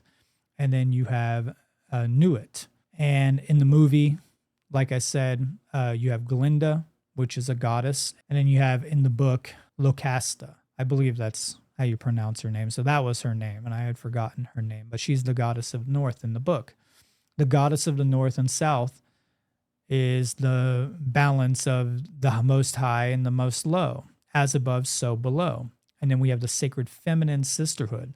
That's another thing that's being depicted here, which predates the sacred masculine brotherhood, because we understood the dangers of venerating into the brotherhood. So we wanted to keep intact the sacred feminine sisterhood, because the sisterhood invoked the aspect of care, and we have to be nurturers here, nurturers of each other, ourselves, and the environment. So we're stewarders, right? And this also correlates specifically to the lunar and stellar cults, the cults that I had specifically talked about before. And then you can find this in fairy godmothers. So in fact, both of these, the goddess of the North and South, and they're called the good, right? They are the good, which is interesting. The good goddesses of the North and South are also fairy godmothers. And so, like I said, the northern star Polaris is fixed seemingly, and it is considered to be the most high. Glinda is venerated first in the south and then brought into the north, again, symbolizing that shift in the mythology. And then this also correlates to out of darkness and the light, like I said, but this goddess principle and goddess archetype represents compassion, care, conscience, justice, truth, and wisdom. So I brought along this slide to give a demonstration of this in the movie. So at the beginning, when Dorothy first gets to the Land of Oz, she gets the ruby slippers. And the Wicked Witch of the West wants those slippers. So the Wicked Witch of the West says, "You stay out of this, Glinda, or I'll fix you as well." And then the Good Witch of the North says, "Oh, rubbish, you have no power here. Be gone before somebody drops a house on you too." This is very important. And I'm going to read this slide and then I'll try to elaborate a little bit here, kind of overlap. The solar phenomenon symbolically represents that the annual cycles and aspects of the sun, east to west cycle specifically, are a less powerful mystery or science to the solar north to south cycles. The sun at its peak in the summer solstice, or most northern hemisphere, in its prime, or the Tropic of Cancer, which symbolically is correlated to the Witch of the North, represents spirit raised, is more powerful than the sun at the winter solstice, which is in the most southern hemisphere, or the Tropic of Capricorn, or correlated to the Witch of the South, which represents spirit lowered or spirit in the grave. The stellar succession of the seven pole stars phenomenon being that of a spiritual prospect, and the solar, that of the east to west zodiacal cycle, as I mentioned before in the earlier graph with the zodiacal great year. This phenomenon being that of a physical material prospect, and that means the solar is a physical material prospect, as a stellar prospect symbolically represents that the North Star equals spirit raised, which has been balanced in the material, and the southern phenomenon, that of spirit in the coffin of the dead, which then must be resurrected or raised. So this idea that the Good Witch of the West has no power over the Good Witch of the North is very crucial when we're looking at the astrotheological mythos in correlation to this scene and dialogue. It means that the Good Witch of the West really is less powerful than the sun at its peak, or the sun in its lower aspect in the south, or when it's even going into the south from the west, or it is also less powerful than or even less important than the stellar succession of the seven pole stars, because it is of a more ancient and more pure form and a greater year cycle, which preserves the understanding of the one great spirit and spirituality in general. It is the spiral ritual, and that this idea of the annual cycles of the sun, the waxing and waning angles of the sun, is that of the zodiacal precession of the equinox, that specifically being less important or less powerful. So I hope that made sense. Another way you could just state this is that a fully raised or even a newly resurrected spirit, a being who is ascending or who has ascended, is of a higher spiritual prospect and a higher power than that of a being that is dying or descending or has already died and lays in the coffin. Now, Glinda herself also is paralleling with Toto, because Glinda is also a guardian angel. And in the tradition of Thelema, which came after this book was written, the holy guardian angel in Thelema is considered a profoundly personal and spiritual entity that plays a crucial role in an individual's spiritual journey. It is a unique personal spiritual guide and divine aspect of the individual's own being, representing one's higher self. One of the primary goals in Thelema is to discover and align with one's true will, which is often equated with true purpose. The holy guardian angel is believed to aid in this process by revealing the individual's path and providing guidance on how to attain the ultimate goal of enlightenment. Now, this idea of the holy guardian angel goes back to, in fact, some of the ancient Judaic understandings of the Abramelin ritual, and also it goes back to the Solomon myth and the Hiram Abiff mythos. So it's very interesting. But the point I wanted to bring is that the northern pole star is a guiding star, right? And what is Glinda in the movie? She is the representation of the Good Witch of the North. And what does she have on her wand? A star, in fact, a pentagram. And it's in the upright position, the guiding force. And she aids Dorothy throughout the film, just as Toto aids Dorothy as a guardian angel. So this idea of Solomon's temple is extremely crucial as well. So the word Solomon can be broken down to Sol, O, Mon, which means sun and moon. And this is also known as the house of everlasting light.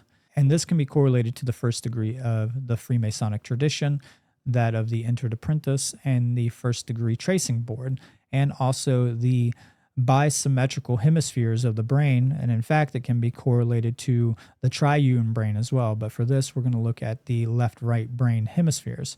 So the left brain hemisphere represents yang energy, masculine energy, solar, matter, aggressiveness, analytical logic, thoughts, and this is obviously the left brain. It represents and is symbolically correlated to the blade, and it is an upward-facing triangle, and it's also the sun, the soul, right? Or the S-O-U-L, the soul. And then the right brain aspect is correlated to the yin energy, the feminine, the lunar, the spirit, passive, intuitive, creative emotions. And obviously, like I said, this is the right brain, and it is corresponded to the idea of the chalice or the grail, and it is an inverted triangle, and it's correlated to that of the moon or the mon. So the mon, like we have Monday, right, is moon's day. We have Sunday that comes before it, which is the sun's day. And this directly correlates to the tracing board in the middle, which is the left brain and the right brain. So you have the left pillar of strength and the solar pillar. And then you have the right pillar of beauty and the lunar pillar. And then you have the balancing agent between the two. And the balancing comes in the way of green, the green energy. So the Wicked Witch of the West represents the toxic aspect of the green, such as poison, or a proxy for nature. And nature, when it's most luscious, we see the most green. So the balancing is within the green, and we'll see more of that here later. And you can also see that there's an individual on the middle, on the rungs of the ladder, of Jacob's ladder, that's in green in the middle. But we have to understand this control dialectic that takes place. So the Wicked Witch of the East and the Wicked Witch of the West represent these two aspects of the left and right hemispheres. The New World Order would be that of the overt control through government, which is left brain materialism. And the word government comes from the Latin word gubernare, meaning to control, and the Latin word mente, or mens mentes, which means mind. So it literally means to control the mind, or mind control. And then the Wicked Witch of the East would be that of the religious ideas, because it's about controlling the spiritual. So one is about controlling the physical. That's the Wicked Witch of the West. The other is about controlling the spiritual, and they play off of each other in this. And so this word religion comes from the Latin word religare, which means to tie back, to hold back, or to bind fast. It is a binding ritual. It is a control method. Now, we have to understand that religion can actually have a positive context, or to tie you back to truth, and government can have a positive context in the internal realm as well, which is to control your own mind, you to be your own government inside, rather than in the external aspect, where it is controlling you. So, but in this diagram, this control dialectic, they play off of each other. It's very important to understand that, and that the institutions that play in the world are being depicted by Baum in this book.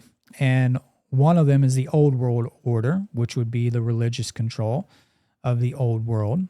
And then the New World Order is that of the government control. And it's important to understand that. But it's also important to understand that the government control is a form of religious control as well. And really what we're trying to get out of is all the dogma. We're trying to distill all the dogma out of it and get down to its pure forms and pure essence. But point being here, Both of these aspects represent control, and this is a brain in chains. You know, whether you're being controlled from the right brain or the left brain, you are in chains. But this movie is directly depicting the New World Order taking over and technically trying to assimilate the Old World Order, which would be that of the religious control. And here is another allegorical symbol that is being correlated directly to these types of control mechanisms. So the flying monkeys serve the Wicked Witch of the West, being that of government, executing her will without question, spreading death, fear, violence, and chaos. They are an analogous for the cult of order followers. They have blind obedience to authority, lack conscience, they have uniformity, and they are the manifestors of violence. They're the ones who hold the chains in place. These are the people who are really destroying freedom. They're the ones who are actually getting it done. They're the ones kicking in the doors, not the politicians. They're the ones pulling the triggers, not writing on paper. So order followers are the ones that we really need to get to. They're really the bane of freedom. And it's interesting that Baum depicted them as monkeys with wings because they are the ones who are overlooking everything. You know, they are the surveillance state, right? So you could even correlate them to the surveillance state, just watching everything.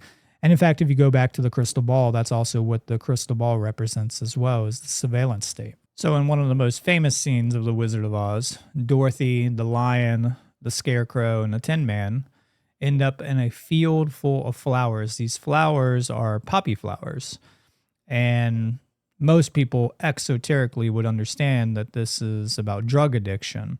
So the poppies are in direct relation to opiates. Obviously, it is an opiate. And this equates to falling asleep. So what this really means is that when you're on the path, you have to be very careful about your vices because these vices may become your downfall. And in fact, the two characters that fall asleep in this is the Cowardly Lion and Dorothy. And the Cowardly Lion is the loss of will, so it's the loss of courage. And the aspect of Dorothy is the loss of resources. So what this means esoterically is that resources and courage are put to sleep, or the loss of willpower to continue on the spiritual path. So we are misdirecting our resources and our courage. So we're falling back into the Matrix. It's almost very similar to the scene in the Matrix with Cypher, where he wants to taste the illusion of the steak rather than being in the real world. So it's very interesting that it's depicted this way. And we also have the Wicked Witch of the West is the individual government, right, who has created this paradigm, this cul-de-sac for those on the path to awakening. So she casts a spell to put them asleep in the poppy field. And the way that they are woken up is by way of the Good Witch of the North, Glinda, right?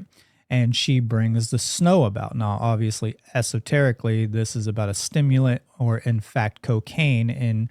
And the opposite would be heroin, obviously. So these do have this weird esoteric, like hedonistic idea to it. But what it really means is just stimulation, just to stimulate. So she, as the guiding force, provides the stimulation to awaken them. So esoterically, this means that we need to get in touch with our sacred feminine aspect of consciousness and conscience and care. That's what she represents in the scene. And then courage and the resource aspect, the lion and Dorothy both come back into awakening. This also is interesting because we have the Tin Man and the Scarecrow who do not fall asleep, though the Tin Man does rust from the snow, and that's really crucial to understand as well, but they don't fall asleep. And what this means is that you can know and you can feel, or you can have the emotional spectrum about what is currently going on, being the iniquities and inequities that are taking place all around you. Or even you can apply this to just the process of the great work. Like you can know what must be done, but if you're not directing your resources properly through willpower, then it doesn't matter ultimately. You're not manifesting anything. You're staying stagnant. And that's what happens to the Tin Man, in fact, because he rusts, but that's from the snow. So during this process of reawakening, sometimes we can become jaded. And that's also what this kind of represents, is that we have to be careful because, when we're trying to push forward on this path, we have to be careful to not become rusted or jaded, because it can make us lose our empathy for what's taking place, even though we are doing something. But then they give the oil to the Tin Man and he comes out of it. Thus, this sacred anointment is very crucial to keep emotional discipline within the self on the spiritual path. So eventually they get to the Emerald City, and they eventually get to this place that's considered to be the Lodges of Perfection. So this scene specifically where Dorothy, the Lion, the Scarecrow, and the Tin Man are being groomed and well kept, this represents the Scottish Rite order of the Lodges of Perfection, which is a very sacred, and in fact, a lot of people don't even know about this process to attain higher levels into the mysteries, specifically of Freemasonry. So this was very well done. There's a lot of other symbolism taking place here. For example, the X symbolism is in relation to the Osiris mythos. I'm not going to get into all that. I just wanted to bring up this correlation to the Lodges of Perfection because nobody ever talks about them, and it is specifically in the Scottish Rite.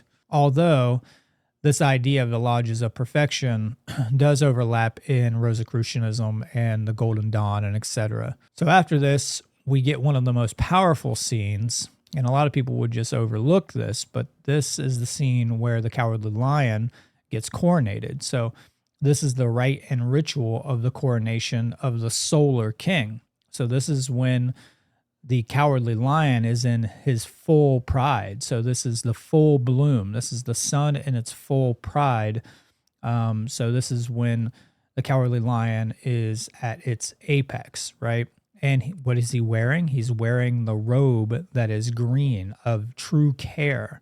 So love under will, right? So this is the aspect of love must come first. Love is the law, love under will.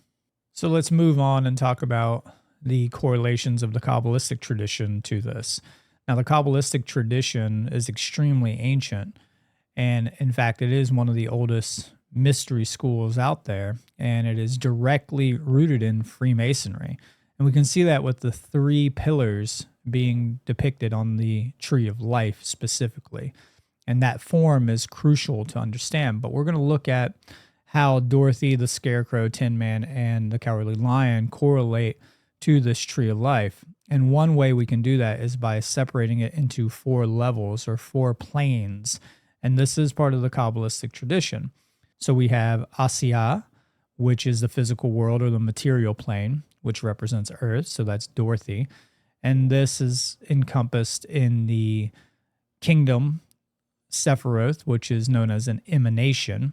So these circles on this Tree of Life are called emanations, and each one is representative of a specific aspect of divinity.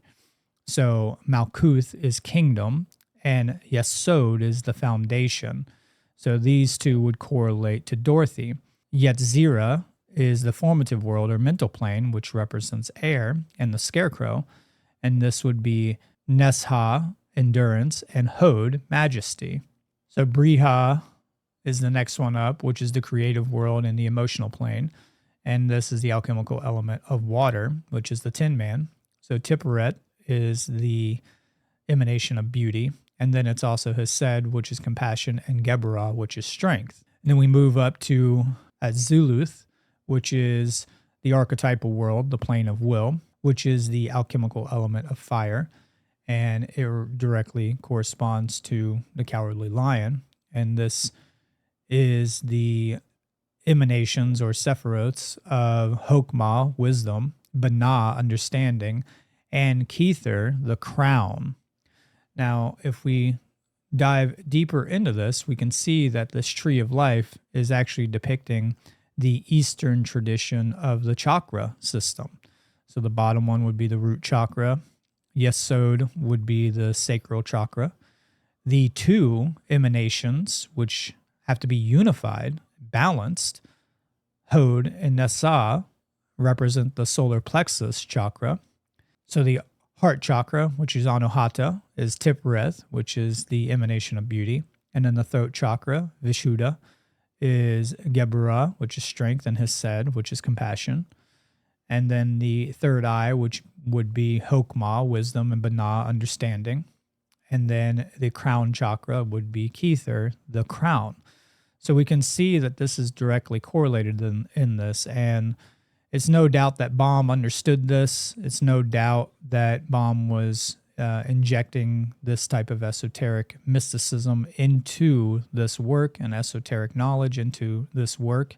And I hope that this kind of demonstrates that, through the symbolism, through the universal language of symbolism and this art, it is coming through very clearly, and that there's great importance in some of this knowledge here.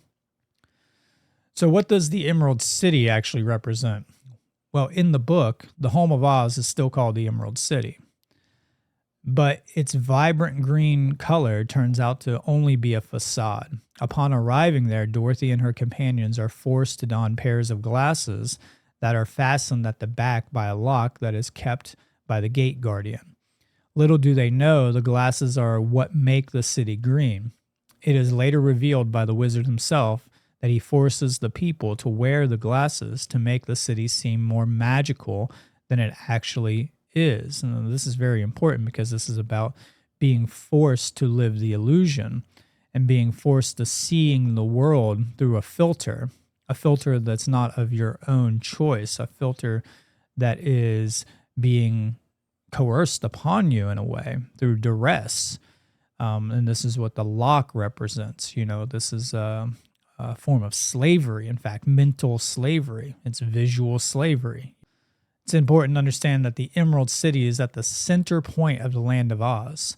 The true center of governance should align with natural law principles, truth, and harmony, and with nature. But in Oz, that ideal has been usurped by illusion, and that would be the wizards. So, in fact, the city is a representation, an analogous for government. It is the Capitol buildings, it is the White House, it is the governmental institutions and buildings, not just the architecture, but the actual formulations, the methodologies that are, in fact, a proxy for nature and natural law, where they are trying to declare themselves to be the Most High, to be the lawmaker, to be the one who has full spectrum dominance over this world and over you. And they are the slave masters. This is what this city, this Emerald City, represents. It's a proxy for nature itself. And so there's a lot to this, but the point is to understand that the green is the illusion. This use of green, this color choice, is an illusion to symbolize balance and care in nature itself. And that's why it's so attractive to the people. That's part of the illusion that the wizard is, where he's casting his spell on the people. And this ultimately relates to the illusion of authority. So when they actually meet the wizard, at least the illusion of the wizard, in the book, it's stated, "I thought Oz was a great green head," said Dorothy, "and I thought Oz was a lonely fairy," said the Scarecrow, "and I thought Oz was a monstrous beast," said the Tin Woodman, "and I thought Oz was a big ball of fire," exclaimed the Lion. "No, you are all wrong," said the little old man meekly. "I have been making believe." "Making believe," Dorothy cried. "Are you not a real wizard?" And this is the truth. So when, they find out that he's not a real wizard, because Toto actually removes the curtain and guides them to understanding that this is all an illusion. This is all smoke and mirrors, this giant green head. And you can see in the book that it's not just a green head. It's depicted differently based upon the psychological state of each of the archetypes, of each of the characters. But in the movie, it's just a giant green head. And a lot of people correlate this to the Anunnaki and aliens, including Mark Passio, and I can understand why, but there's a lot more to it than just that. In fact, it is more about our illusions of authority than anything else. This is literally just an illusion of authority. It's the illusion that these people are so grandiose and that they have all this power. That's what the smoke and mirrors is about. That's what the fire is about. That's what, all the spectacle is about, the theater, to make it seem like that they are the highest of high, God. The wizard's big booming head is the illusion of authority, a fear-based projection meant to control the mind. It's a false god, a technocratic fraud, hiding behind smoke and theatrics. The real power is a weak man behind a curtain, just like government, religion, and all externalized control systems. Authority is an illusion, and sovereignty comes only when you stop worshiping your enslavers and reclaim your inner power. So in the tarot, I would correlate this to not only the Tower card specifically, because the illusions are being destroyed. He spoke, his sign, if you think back, his sign on his carriage said, acclaimed by the crowned heads of Europe. So this is extremely vital to dismantling this illusion of authority. So Baum is directly telling you that this is an illusion and that you should have no faith in it whatsoever. You should put no credence in it at all. It's all smoke and mirrors. And then the devil card is the idea that the chains are set lightly upon you and that you can take them off very simply. And that's what's taking place here. These people can take their chains off. Dorothy and all of them can take their chains off here. But in fact, what happens is that the wizard convinces them to go get the broom from the Wicked Witch of the West. But what happens here is something completely different. It was a trick because, first of all, the wizard didn't think that they could actually accomplish this, so he didn't expect them to come back. He expected the Wicked Witch of the West to actually, deal with this situation. But he was prepared at some level just in case this did happen. But what does happen is that Dorothy gets captured by the Wicked Witch of the West, and then Toto and the other members end up going and saving Dorothy, which is resources in the earth, and the goddess as well. She represents the goddess. And then the Wicked Witch of the West lights the scarecrow on fire in one scene. And Dorothy just randomly grabs a water bucket and throws water to put him out. And then what happens is that she splashes it on the Wicked Witch of the West. The water represents true care and right action to extinguish the fire, the problem of wrong action, which is the witch's doing, which is coercion. So the water is this very sacred symbol of emotions and care. And the witch has none of that. She's a psychopath and she cares not about anything in the world. So when Dorothy, splashes her with this water, she melts away. And this is one of the allegories of using water to melt witches, because water is seen to be a holy force. In the Christian tradition, you have the holy water, and that's what this kind of represents, is this holy water.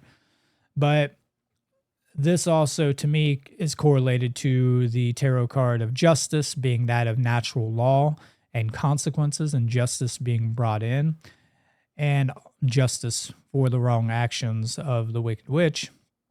And then also this correlates to Dorothy taking her rightful place as the High Priestess.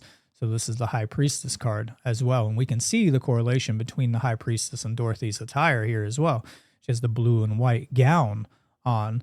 And, this represents the emotional plane, the emotions being elevated, right? So it's the water. And if you look at the High Priestess card, you can directly see it looks like water pouring off of her. And then these guards of the Wicked Witch, not the flying monkeys, but these higher up guards, even though that they were in the wrong, once the witch has been dealt with, they kneel to Dorothy. They kneel to all of them technically, because the witch is dead. And so what does that mean? The mind control has been broken. So now they are set free. They're no longer under mind control. And this is really important to understand because mind control is very, very powerful. And it's not an excuse to say that these people don't have the willpower to be able to, or the ability to be able to get out of this. But it is true that we have to understand like how devastating real mind control can be upon an individual, and how these programs are very hard to break individually. And it takes unity. It takes all these things. And to break that mind control, you have to have the thoughts in alignment. You have to have the emotions in alignment, and you have to be directing them through true will and true care. And that's how you break the mind control, by understanding yourself and by understanding natural law consequences and natural law principles. So the wizard, they go back to the wizard. The wizard doesn't think that they're actually going to bring the broom back. They bring the broom back. And like I said earlier, Toto reveals that the wizard is nothing more than this meekly old man who has been playing multiple characters throughout the entire movie, including the charlatan at the beginning. And so he's the carriage driver, he's the gatekeeper, the gate guardian. He's been many different characters throughout the entire movie. And his name is very interesting when you break it down. And his name is Oscar Zoroaster. And obviously there's a very deep symbolism in Zoroastrianism. So it's very interesting that Baum chose that specifically for the wizard. Fadrid, Isaac, Norman, Hinkle, Emmanuel, Ambrosia, Diggs. And if you break this down into just the first letter of each name, it spells out Oz Pinhead. And a pinhead means stupid. Someone who's a pinhead is a stupid, dumb person. And that's no coincidence. And he's also speaking out against things like Zoroastrianism. And he's speaking out against the corruption of the dogma within all Abrahamic religions, really. So it's interesting that this wizard represents not only the control power, but also the religious institutions, the religious controls, the dogmatic traditions that are completely controlling the entire world. And so he's speaking out against that very directly. And another correlation to the wizard is this idea of Edison being the wizard. The Wizard of Oz is a symbolic indictment of false authority, specifically the con man inventor archetype embodied by Edison. He represents the mechanical magician, the corporate charlatan who dazzles the masses with lies, patents, and spectacle while burying real truth under layers of illusion. Tesla, in contrast to this, is the true wizard aligned with natural law. He was silenced, ridiculed, and erased by the system because he threatened their monopoly on power. Tesla's work threatened to destroy the monopoly on energy. He offered humanity decentralized power, and for that they buried him, because if the people had access to what Tesla discovered, the entire energy control structure would collapse. So he's directly talking out against Edison here. And in fact, Baum himself called Edison the wizard. He called him the wizard. There's no coincidence in that at all. And then he goes on to write this book after he calls Edison the wizard. And there's just no question that this was a direct statement and a direct contention with Edison's crony capitalistic nature and his lies. So then the wizard goes on to, reveal his secrets, that he really has no power and he can't grant them anything. But what he does is he gives them what? Credentials. He gives them these awards, these fake awards that's supposed to symbolically associate to the things that they are in lack of. So the Scarecrow gets a diploma. The Tin Man gets a heart with a clock on it, and the Lion gets a badge of honor, which is a courage medal, so a medal of honor. And even though that there's nothing wrong with getting, rewards or some sort of implement to display what you have gained, which is how I would look at this as a symbolic representation of what they have gained. He's trying to play it off as if he granted them these things, when in fact they have, through their skill-based merits, they have strengthened these things throughout the movie and developed these things and demonstrated that they already have these things. These credentials are just an illusion. It's the same thing that was taking place at the beginning with the charlatan, who's the same character, who is claiming that he has the credentials from the crowned kings and queens of Europe, right? The crowned heads of Europe. So when Dorothy gets kidnapped, the Wicked Witch wants her ruby slippers. I want to show what the ruby slippers are now.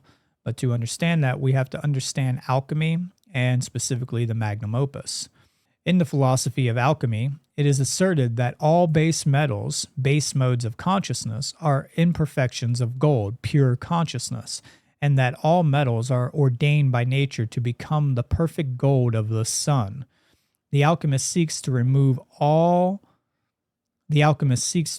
from all base metals their disorderly imperfections or base characteristics to bring them into their true state of natural order and to transmute them into alchemical gold, representing the purification of body, mind, and spirit. The tria prima, or the three alchemical primes, are mercury, which represents spirit, sulfur, which represents the soul, mind, or consciousness, and salt, which represents the body and ego. And respectively, they are correlated to these three symbols on the screen. One on the far left being mercury, in the middle being sulfur, and then on the far right being that of salt. So originally, the slippers were silver, and I spoke about that in the Technicolor section. In alchemy, silver is one of the base metals or imperfect consciousness, often used as prima materia, the starting substance at the inception of the work. The alchemical symbol of silver is associated with the moon.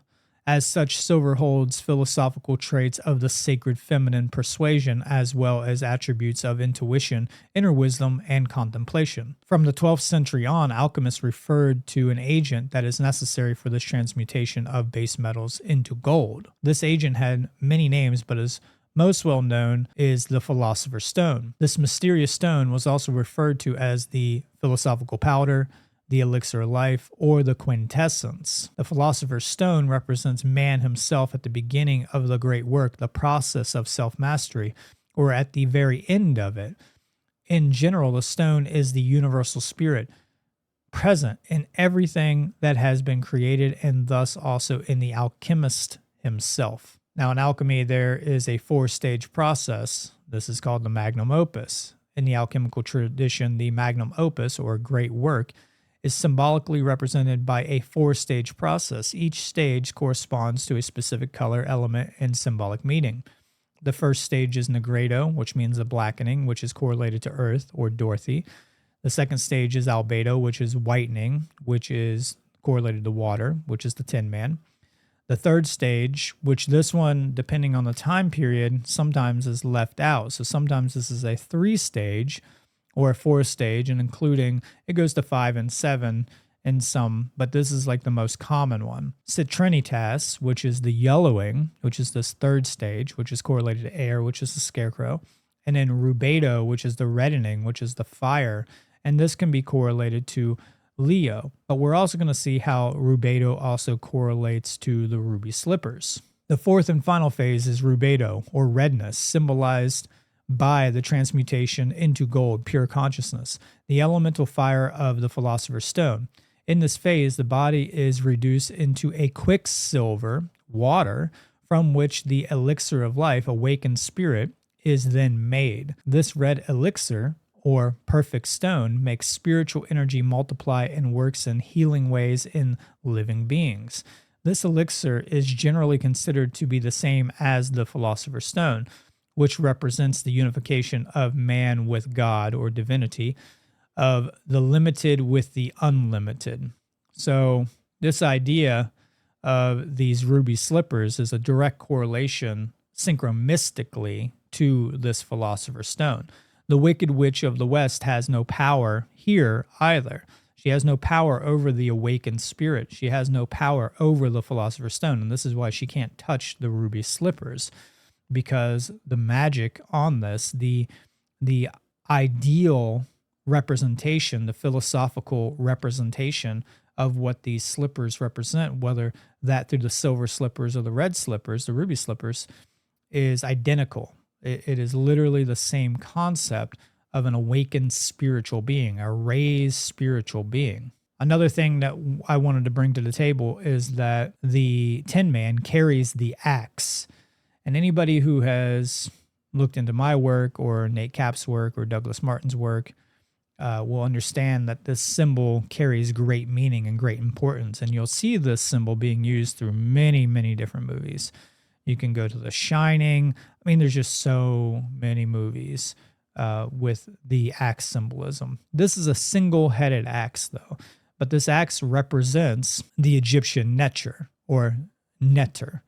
And that word, Neter, the NTR, is actually where we get the word nature from. It also represents the one great spirit as well. The single-headed axe specifically represents primacy in the north. Now go back to that astrotheological section to understand some of this about what primacy in the north somewhat means. There's a lot more to it, but it somewhat means this. It's interesting because the single-headed axe actually represents an imbalance, but in my point of view, combined with the Tin Man, it's a balance, even though it's not a double-headed axe, or Horus of the Double Horizon is what it would be called.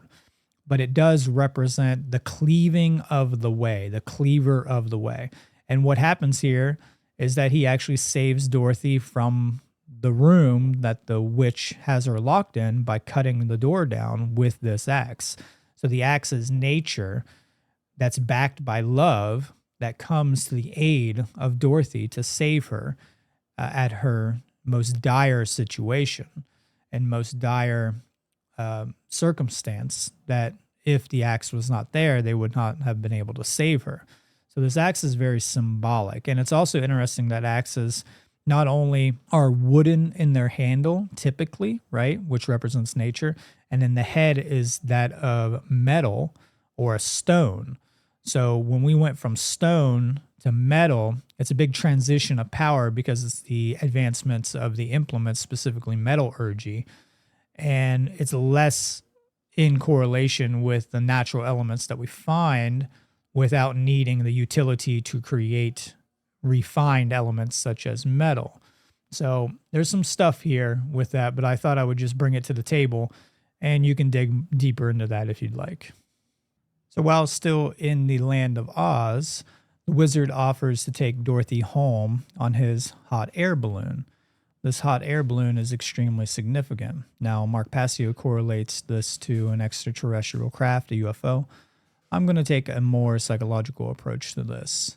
The hot air balloon is a reference that the wizard is filled with hot air. It implies that their words, or his words, are empty, exaggerated, or pretentious. So whenever someone is filled with hot air, they tend to be lacking any sort of substance.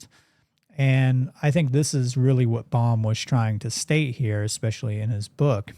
And he's also, the wizard is also taking the form of this holy guardian angel in proxy, when in fact the real holy guardian angels are the spirit, which is in the archetype of the good witch of the north, and Toto. And in the scene, Toto jumps out of the basket because he recognizes his intuition, his instincts, recognizes that there's something wrong.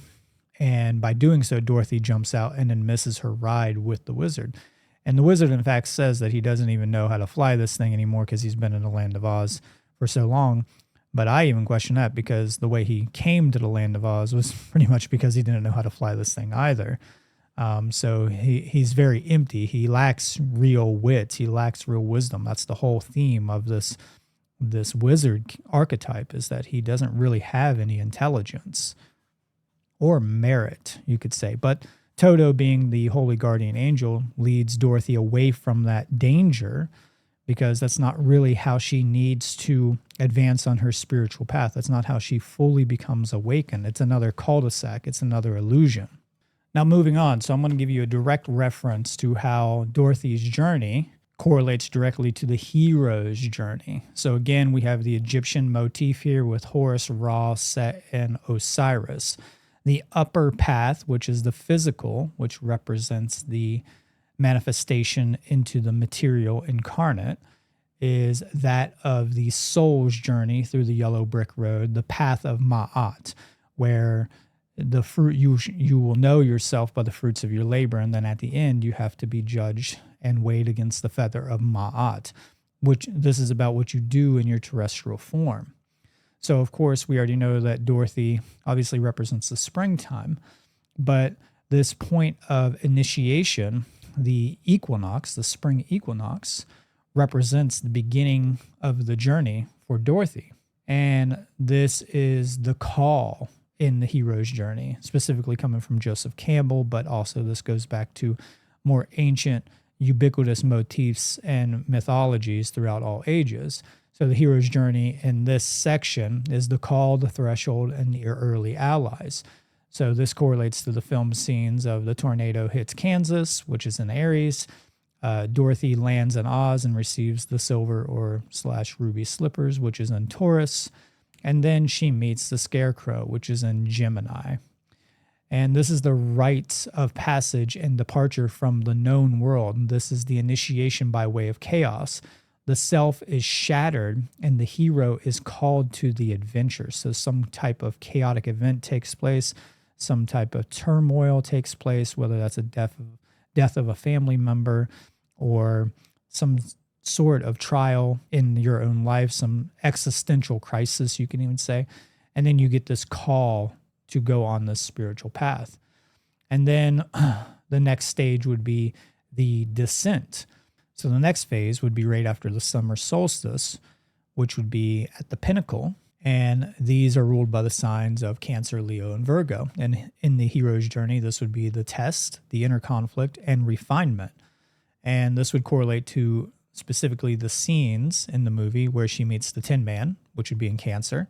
She faces the Cowardly Lion, which would be in Leo. And then she begins her journey to the Emerald City, which is in Virgo. And it's very interesting that Leo and Virgo is that strength card as well, but it also represents Dorothy and the lion, right? The resources and the will, yet again. So this is intellectual, emotional, and ego trials. The group refines their purpose and learns interdependence. This is the alchemical meeting of the ego and the union of opposites is what is taking place here, which then leads you down through the autumnal equinox. And this is ruled by the signs of Libra, Scorpio, and Sagittarius, and correlates to the hero's journey of confrontation, death, and revelations. And the scenes that would correlate to these, which would be the arrival in the Emerald City to face the wizard, the first arrival, which is in Libra. And then Dorothy is captured by the witch and kills the witch in Scorpio, which is about the death of the stinger. And Scorpio is a water sign. And the wizard is unmasked in Sagittarius, which would be during the winter solstice. And this is about confronting illusion, facing the shadow. This is the turning point, death of the belief in authority. The false balance, which would be the wizard, is broken. Darkness is confronted and truth is revealed. This is the descent into the underworld or the duat. And so this lower journey, the soul's journey into the duat, takes you through this place known as Aminta. Now, these two terms are hard to understand because in some texts, Aminta is a specific place in the duat, and it's specifically associated to the western horizon and the autumnal equinox. So you have to travel through Aminta. You have to go through Aminta, which is part of the duat. It's the start of the duat, but it's all within the duat. But some people use Aminta as the entire process through the duat as well. I tend to take the more ancient understanding of this, which is that it's a specific place that you have to conquer and travel through, which is through the western aspect to get into the southern aspect, to get into the full spiritual and get into the full, well, you have to complete the cycle. So you go to the coffin of Osiris, and then he is resurrected back into the spring equinox as the resurrected hero.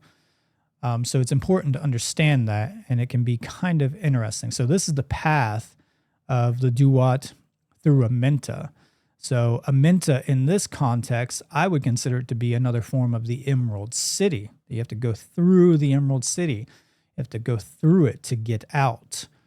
So the next part of this is return and integration.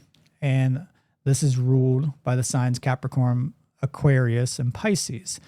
And this is correlated to the hero's journey, the return, the resurrection, and home. And in the film scenes, this would be Galinda reveals that Dorothy has had the power all along. This is Capricorn. This is her rising back up out of the most southern horizon, where the sun is now moving northward in his waxing angles, his or her waxing angles. And then Dorothy awakens to her own power, which is in Aquarius, and then she returns home in Pisces. So these are all the correlation of the hero journey. So this would be spiritual maturity and wholeness. Dorothy integrates the wisdom that she has gained. She becomes her own authority. She gains her own sovereignty. The journey ends in a new understanding of home as an inner being. Winter represents the crystallized truth and the soul returned, or the spirit being returned. And another aspect of this that I would like to bring up is that Toto also represents Anubis in this Egyptian mythos. So the word Toto is extremely important too. So Toto is Anubis. Toto's name invokes the idea of totem. Okay, and the totem is an extremely powerful method and implementation of our understanding of spirituality. A spirit animal guide, canine psychopompt, who guides the soul through the duat. So what does Anubis do? He guides the soul, or even souls, through the duat to help them through the underworld for resurrection. And this is what Toto does throughout the entire movie. So he has a multi-level symbolic association, but I really enjoyed discovering that he actually is corresponded to Anubis in this tradition, and that he is the main guide, especially through Amenta and through the Duat and through the underworld. And then what happens after this, right? Well, this is the resurrection of the hero or spirit in the East. So at the beginning of the movie, the Wicked Witch of the East is dead, and this correlates to the tarot death card. Sometimes the death card actually does mean death literally, but usually it's metaphorically. And that's what we're looking at here, is the metaphorical idea of the death. And so the Wicked Witch of the East is actually replaced by Dorothy, who ends up with her ruby slippers. So she dies, right? And then Dorothy goes on her journey and then replaces that and comes back to the same place. So she represents the sun card being risen again. She represents new birth, resurrection, and the hero being reborn at the spring equinox after the full cycle. And then what does she do to get home? She clicks the ruby slippers together 3 times to go back to Kansas. Very symbolic, very important. And then what happens? She awakens, right? She awakens into the mundane world. And this is where it's a weird, interesting cinematography choice and cinema technique choice, because they take it back to the black and white film, right? I, however, think that it would have been more impactful to keep it color as the visual representation of what she has gained from The Wizard of Oz, which would, I think, be more direct in my understanding. But I understand why they kept it black and white, because it represents the world of the mundane, that everything is still the same, even though she's gained her enlightenment. And now she's on another path. Now she has another call to the journey. So this is the awakened Dorothy, and she represents the magician card. She has gained all 4 suits, and she has mastered herself, and she has mastered the microcosmic and macrocosmic aspects. She understands natural law. She understands objective morality, and she understands how to break the chains of illusion and mind control. And then what happens is that she has this judgment, right? This clarion call, and this is the judgment card, where she's trying to explain these things to these people, and they haven't went through the same thing. They have not awakened. And this is also why I do kind of agree that like this is really good to keep it the black and white, because it represents that the whole world is still in ignorance. You know, they're still on the checkerboard floor of ignorance. And her job now is to try to inspire and awaken these people. And you see all the characters here, all the main characters besides the Wicked Witch, obviously, in this scene specifically.